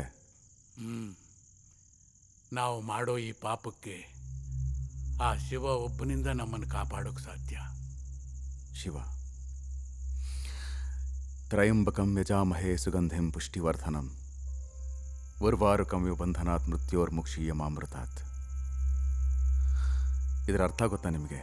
ಇಲ್ಲ, ಆದರೆ ಈ ಮಂತ್ರ ಹೇಳಿದ್ರೆ ಆಯುಸ್ ಹೆಚ್ಚಾಗುತ್ತೆ ಅಂತ ತಿಳಿದವರು ಹೇಳ್ತಾರೆ.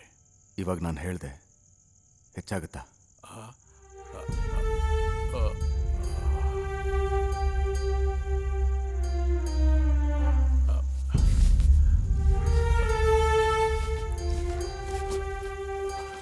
ಇದೇನಿದು? ಊರಿಗೆ ಹೋಗೋ ಮಗನಿಗೆ ಹೊಸ ಬಟ್ಟೆ ಉಡುಗೊರೆ ಕೊಡ್ತಾರಲ್ಲ, ಆ ಥರನ ಇದು?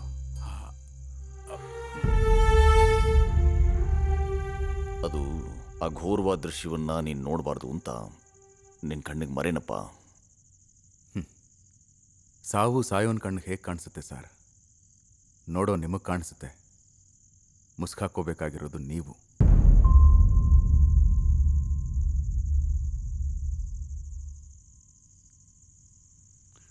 ಕಾನೂನು ಪ್ರಕಾರ ನಮಗೂ ಆದೇಶ ಇದೆಯಪ್ಪ, ನಾವಿದನ್ನು ನೋಡಬಾರ್ದು, ಕಣ್ಣು ಮುಚ್ಕೋಬೇಕು.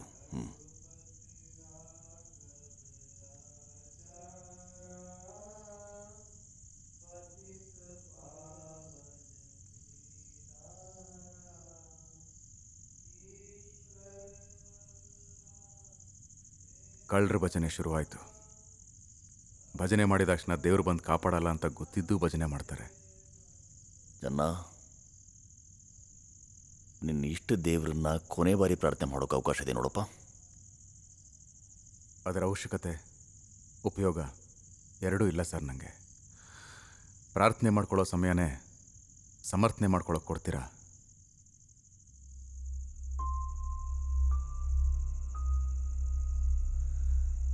ಚಿಂತೆ ಮಾಡಿಬಿಡಿ ಸರ್, ನಾನಿನ್ನು ಮಾತಾಡಲ್ಲ.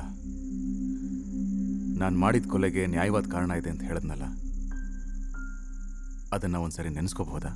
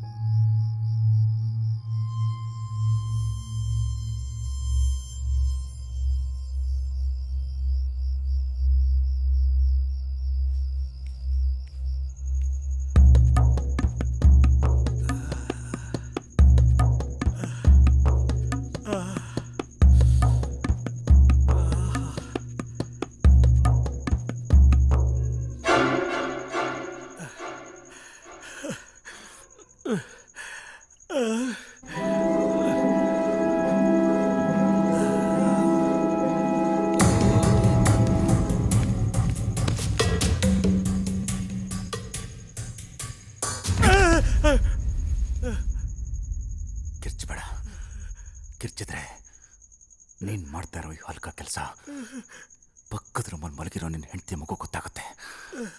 ಮುಖ್ಯವಾಗಿ ಈ ಮಗು ಗೊತ್ತಾದರೆ ಅವಳ ಮನಸ್ಸು ಹೊಡೆದೋಗುತ್ತೆ. ಅದು ಅವಳಿಗೆ ಜೀವನ ಪೂರ್ತಿ ನೋವು ಕೊಡುತ್ತೆ. ನಡಿ ಆಚೆ, ನಡಿ.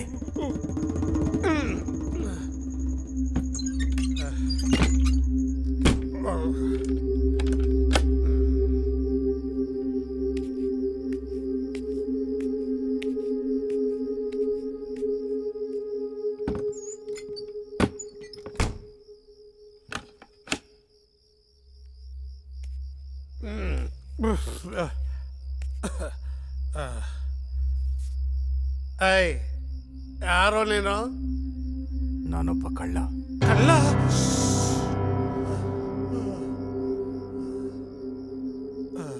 ಅದು ಮುಖ್ಯ ಅಲ್ಲ ಇವಾಗ. ಜೋರಾಗಿ ಮಾತಾಡಿ. ನಿನ್ನ ಮರ್ಯಾದೆ ನೀನೇ ಕಳ್ಕೊಬೇಡ.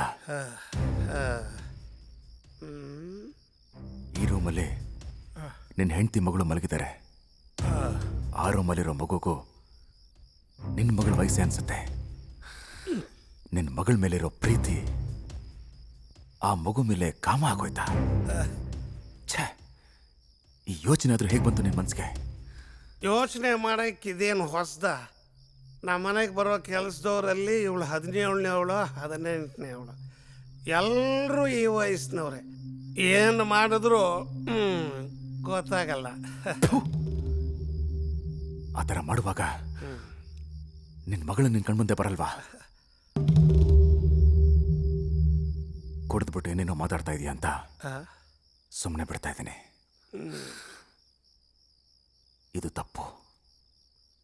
ಇಲ್ಲಿಗೆ ನಿಲ್ಲಿಸ್ಬಿಡು. ಆಯ್, ನಿಲ್ಲಿಸು ಅನ್ನಕ್ಕೆ ನೀನು ಯಾರು? ಕಳ್ಳನ ಬಾಯಲ್ಲಿ ಉಪನ್ಯಾಸನ?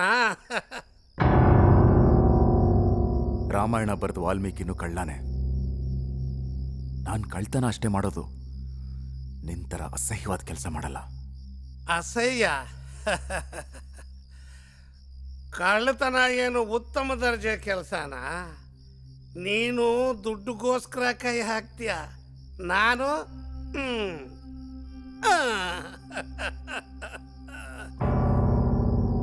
ಏನಂದೆ? ಮಗಳ ಮೇಲೆ ಪ್ರೀತಿ, ಕೆಲಸದವಳ ಮೇಲೆ ಕಾಮ ಅಂದ್ಯ? ನನಗೆ ಆ ಥರ ವ್ಯತ್ಯಾಸನೇ ಗೊತ್ತಿಲ್ಲ. ಇದುವರೆಗೂ ಅವಕಾಶ ಸಿಕ್ಕಿಲ್ಲ. ಇಲ್ಲ ಅಂದಿದ್ರೆ ಮಗಳನ್ನೂ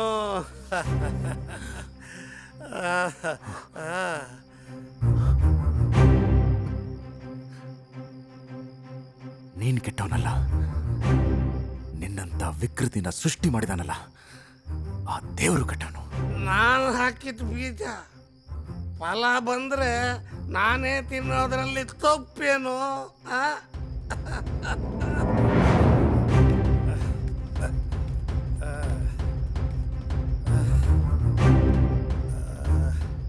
ನೀನ್ ಮಗು ಮಾತ್ರ ಅಪಾಯ ಅಲ್ಲ, ಈ ಸಮಾಜಕ್ಕೆ ಅಪಾಯ. ನಿನ್ನಂತವನು ಬದುಕಿರಬಾರ್ದು.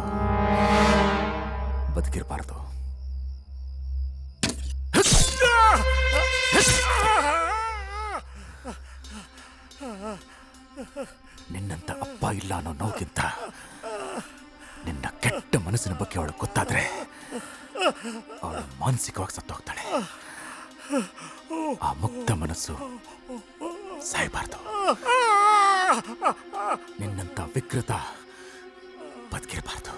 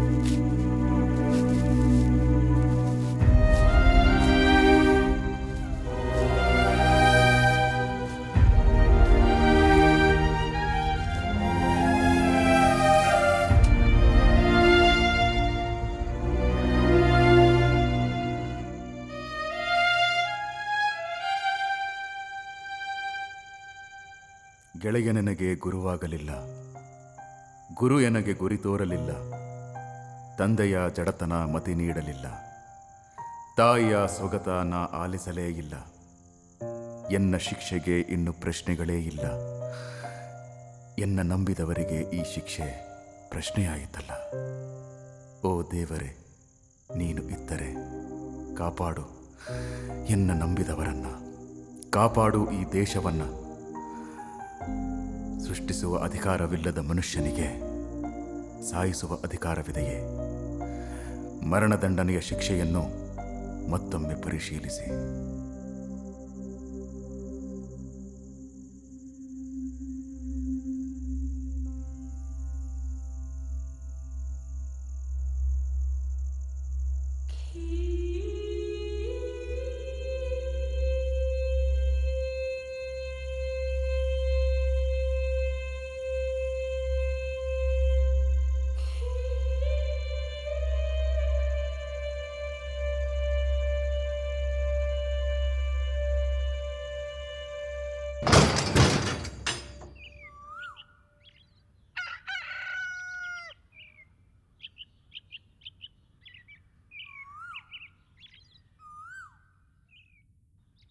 ಆಕಾಶವಾಣಿ ವಾರ್ತೆಗಳು. ಓದುತ್ತಿರುವವರು ಎಂ ರಂಗರಾವ್. ಮುಖ್ಯಾಂಶಗಳು: ಬೆಂಗಳೂರಿನ ಗಾಂಧಿನಗರದ ಹತ್ಯಾ ಪ್ರಕರಣದಲ್ಲಿ ಉಚ್ಚ ನ್ಯಾಯಾಲಯದ ತೀರ್ಪಿನ ಪ್ರಕಾರ ಮರಣದಂಡನೆಗೆ ಗುರಿಯಾದ ಚೆನ್ನಕೇಶವ ಎಂಬಾತನನ್ನು ಇಂದು ಬೆಳಗಿನ ಜಾವ 5:15ಕ್ಕೆ ಗಲ್ಲಿಗೇರಿಸಲಾಯಿತು ಎಂದು ಕೇಂದ್ರ ಕಾರಾಗೃಹದ ಅಧಿಕಾರಿಗಳು ಸ್ಪಷ್ಟಪಡಿಸಿದ್ದಾರೆ. ಅಮೆರಿಕ ಅಧ್ಯಕ್ಷರಾಗಿದ್ದ ಜಾನ್ ಎಫ್ ಕೆನಡಿ ಅವರ ಸಾವು ಈಗ ಹೊಸ ತಿರುವು ಪಡೆದುಕೊಂಡಿದೆ. ಕೆಲವು ಮುಖ್ಯ ಸಾವುಗಳು ಕೇವಲ ಸುದ್ದಿಯಾಗಿ ಸತ್ತು ಹೋಗುತ್ತವೆ. ಅಪರಾಧಕ್ಕೆ ಶಿಕ್ಷೆ ಎಂಬುದು ನಾಗರಿಕ ಪ್ರಪಂಚದ ಸಂಸ್ಕೃತಿ, ವಾಡಿಕೆ. ಒಂದು ದೇಶ ಒಬ್ಬ ಅಪರಾಧಿಯನ್ನು ಕಾನೂನಿನ ಕಣ್ಣಿನಿಂದ ನೋಡುವಾಗ, ಕೋಪದಿಂದ ಆಕ್ರೋಶದಿಂದ ಕಾಣುವಾಗ, ದಂಡನೆಯೂ ಅಷ್ಟೇ ಕ್ರೂರವಾಗಿರುತ್ತದೆ. ಅದೇ ಅಪರಾಧ ಮಾಡಿದ ಒಬ್ಬ ಮನುಷ್ಯನನ್ನು ಮನುಷ್ಯತ್ವದಿಂದ ಭಾವುಕರಾಗಿ ಕಾಣುವಾಗ, ಕಾನೂನು ಅವನ ಮೇಲೆ ಮೃದುವಾಗಿ ಹೌಹಾರಿ ಪಶ್ಚಾತ್ತಾಪ ಪಡಲು ಅವಕಾಶ ಕಲ್ಪಿಸುತ್ತದೆ. ಒಬ್ಬೊಬ್ಬ ವ್ಯಕ್ತಿಯ ವಿಧ ವಿಧ ಮನಸ್ಥಿತಿ ಆಯಾ ದೇಶದ ಕಾನೂನಿನ ಕನ್ನಡಿಯಾಗಿ ಪ್ರತಿಬಿಂಬಿಸುತ್ತದೆ. ಕೊಲೆ ಮಾಡಿದ ಅಪರಾಧಕ್ಕೆ ಮರಣದಂಡನೆ ವಿಧಿಸುವ ಕಾನೂನು ಭಾರತ ಒಳಗೊಂಡು ಜಗತ್ತಿನ ಹಲವು ದೇಶಗಳಲ್ಲಿ ಜಾರಿಯಲ್ಲಿರುವ ಇದೇ ಕಾಲಘಟ್ಟದಲ್ಲಿ ಮರಣದಂಡನೆ ಶಿಕ್ಷೆಯನ್ನು ಎಂದಿಗೂ ಜಾರಿಗೆ ತರದ ದೇಶಗಳು ಜಾರಿಗೆ ತಂದು ಅದರ ಅಮಾನವೀಯತೆಯನ್ನು ಅರಿತು ವ್ಯವಸ್ಥೆಯಲ್ಲಿ ಅದನ್ನು ಅಳಿಸಿ ಹಾಕಿದ ದೇಶಗಳೂ ಇವೆ. ಮರಣದಂಡನೆ ಬೇಕು ಬೇಡ, ಸರಿ ತಪ್ಪು ಎನ್ನುವ ವಿವಾದವು ಮೊದಲ ಮರಣದಂಡನೆಯನ್ನು ವಿಧಿಸಿದ ದಿನದಿಂದಲೇ ಪ್ರಾರಂಭವಾಯಿತು. ಭಾರತ ಮಾತ್ರವಲ್ಲದೆ ಪ್ರಪಂಚದಾದ್ಯಂತ ಮರಣದಂಡನೆ ಪರವಾಗಿ ಹಾಗೂ ವಿರೋಧವಾಗಿ ಧ್ವನಿಗಳು ಘೋಷಿಸುತ್ತಲೇ ಇವೆ. ಆ ರೀತಿಯ ಒಂದು ಧ್ವನಿ ಹಗ್ಗದ ಕೊನೆ ರಚಿಸಿದ ದಿವಂಗತ ಪರ್ವತವಾಣಿಯವರ ವಾಣಿ. 1962ರಲ್ಲಿ ನಾಟಕವಾಗಿ ರಚಿಸಲ್ಪಟ್ಟು ಹಲವು ಪ್ರದರ್ಶನಗಳನ್ನು ಕಂಡ ನಾಟಕ ಈ ದಿನ ನಿಮ್ಮ ಮುಂದೆ ಚಲನಚಿತ್ರವಾಗಿ ಪ್ರಸ್ತುತಿಯಾಗಿದೆ. ನಾಟಕ ರಚನೆ, ನಿರ್ದೇಶನ, ನಿರ್ಮಾಪಕರಾಗಿ ದೂರದರ್ಶನ ಹಾಗೂ ರೇಡಿಯೋದಲ್ಲಿ ತಮ್ಮನ್ನು ತಾವು ಸಕ್ರಿಯರಾಗಿ ತೊಡಗಿಸಿಕೊಂಡಿದ್ದು ಮಾತ್ರವಲ್ಲದೆ ಸಿನಿಮಾ ರಂಗದಲ್ಲಿ ಒಬ್ಬ ಉತ್ತಮ ನಟರಾಗಿ ಪ್ರಜ್ವಲಿಸುತ್ತಾರೆ. ಡಾಕ್ಟರ್ ರಾಜ್ಕುಮಾರ್ ಅಭಿನಯಿಸಿದ ಭಾಗ್ಯದ ಲಕ್ಷ್ಮಿ ಬಾರಮ್ಮ ಹಾಗೂ ಇನ್ನಿತರ ಚಿತ್ರಗಳಲ್ಲಿ ಈ ಆಜಾನುಬಾಹುವಿನ ನಟನ ಸಾಮರ್ಥ್ಯವನ್ನು ನೀವು ಕಾಣಬಹುದು. ಜನಜೀವನವನ್ನು ಕನ್ನಡಿಯಾಗಿಸುವಂತಹ ನಾಟಕಗಳನ್ನು ಬರೆದು ಆಡಿಸುವುದರಲ್ಲಿ ಪರ್ವತವಾಣಿ ಎತ್ತಿದ ಕೈ. ಅಂತಹ ಕೈಗಳಿಗೆ ಹಲವಾರು ಕವಿಗಳ ಪ್ರಶಂಸೆಗಳ ಜೊತೆಗೆ ಕನ್ನಡ ಸಾಹಿತ್ಯ ಪರಿಷತ್ತು ಪ್ರಶಸ್ತಿ, ಕರ್ನಾಟಕ ರಾಜ್ಯ ಸಾಹಿತ್ಯ ಅಕಾಡೆಮಿ ಪ್ರಶಸ್ತಿ, ಕೇಂದ್ರ ಸಂಗೀತ ನಾಟಕ ಅಕಾಡೆಮಿ ಪ್ರಶಸ್ತಿ, ರಾಜ್ಯೋತ್ಸವ ಪ್ರಶಸ್ತಿ, ಕರ್ನಾಟಕ ನಾಟಕ ಅಕಾಡೆಮಿ ಪ್ರಶಸ್ತಿ ಹಾಗೂ ಇನ್ನೂ ಹಲವಾರು ಸಂಘ ಸಂಸ್ಥೆಗಳಿಂದ ಪ್ರಶಸ್ತಿಗಳು, ಸನ್ಮಾನಗಳು ಸಾಧಕರಿಗೆ ದೊರಕಿದೆ. ಅಂತಹ ಒಬ್ಬ ಪ್ರಬುದ್ಧ, ಸಮಾಜಮುಖಿ, ಮಹಾನ್ ಬರಹಗಾರರಾದ ಪರ್ವತವಾಣಿಯವರ ಈ ರಚನೆಯನ್ನು ಅವರ ಕ್ರಿಯಾಶೀಲತೆಗೆ ಧಕ್ಕೆ ಬಾರದಂತೆ ಚಲನಚಿತ್ರವಾಗಿಸಿರುವ ತೃಪ್ತಿ ನಮಗಿದೆ. ಒಂದು ಸದಭಿರುಚಿಯ ಚಿತ್ರವನ್ನು ನೋಡಿದ ಅನುಭವ ನಿಮಗಾಗಿದೆ ಎಂದು ನಾವು ನಂಬುತ್ತೇವೆ.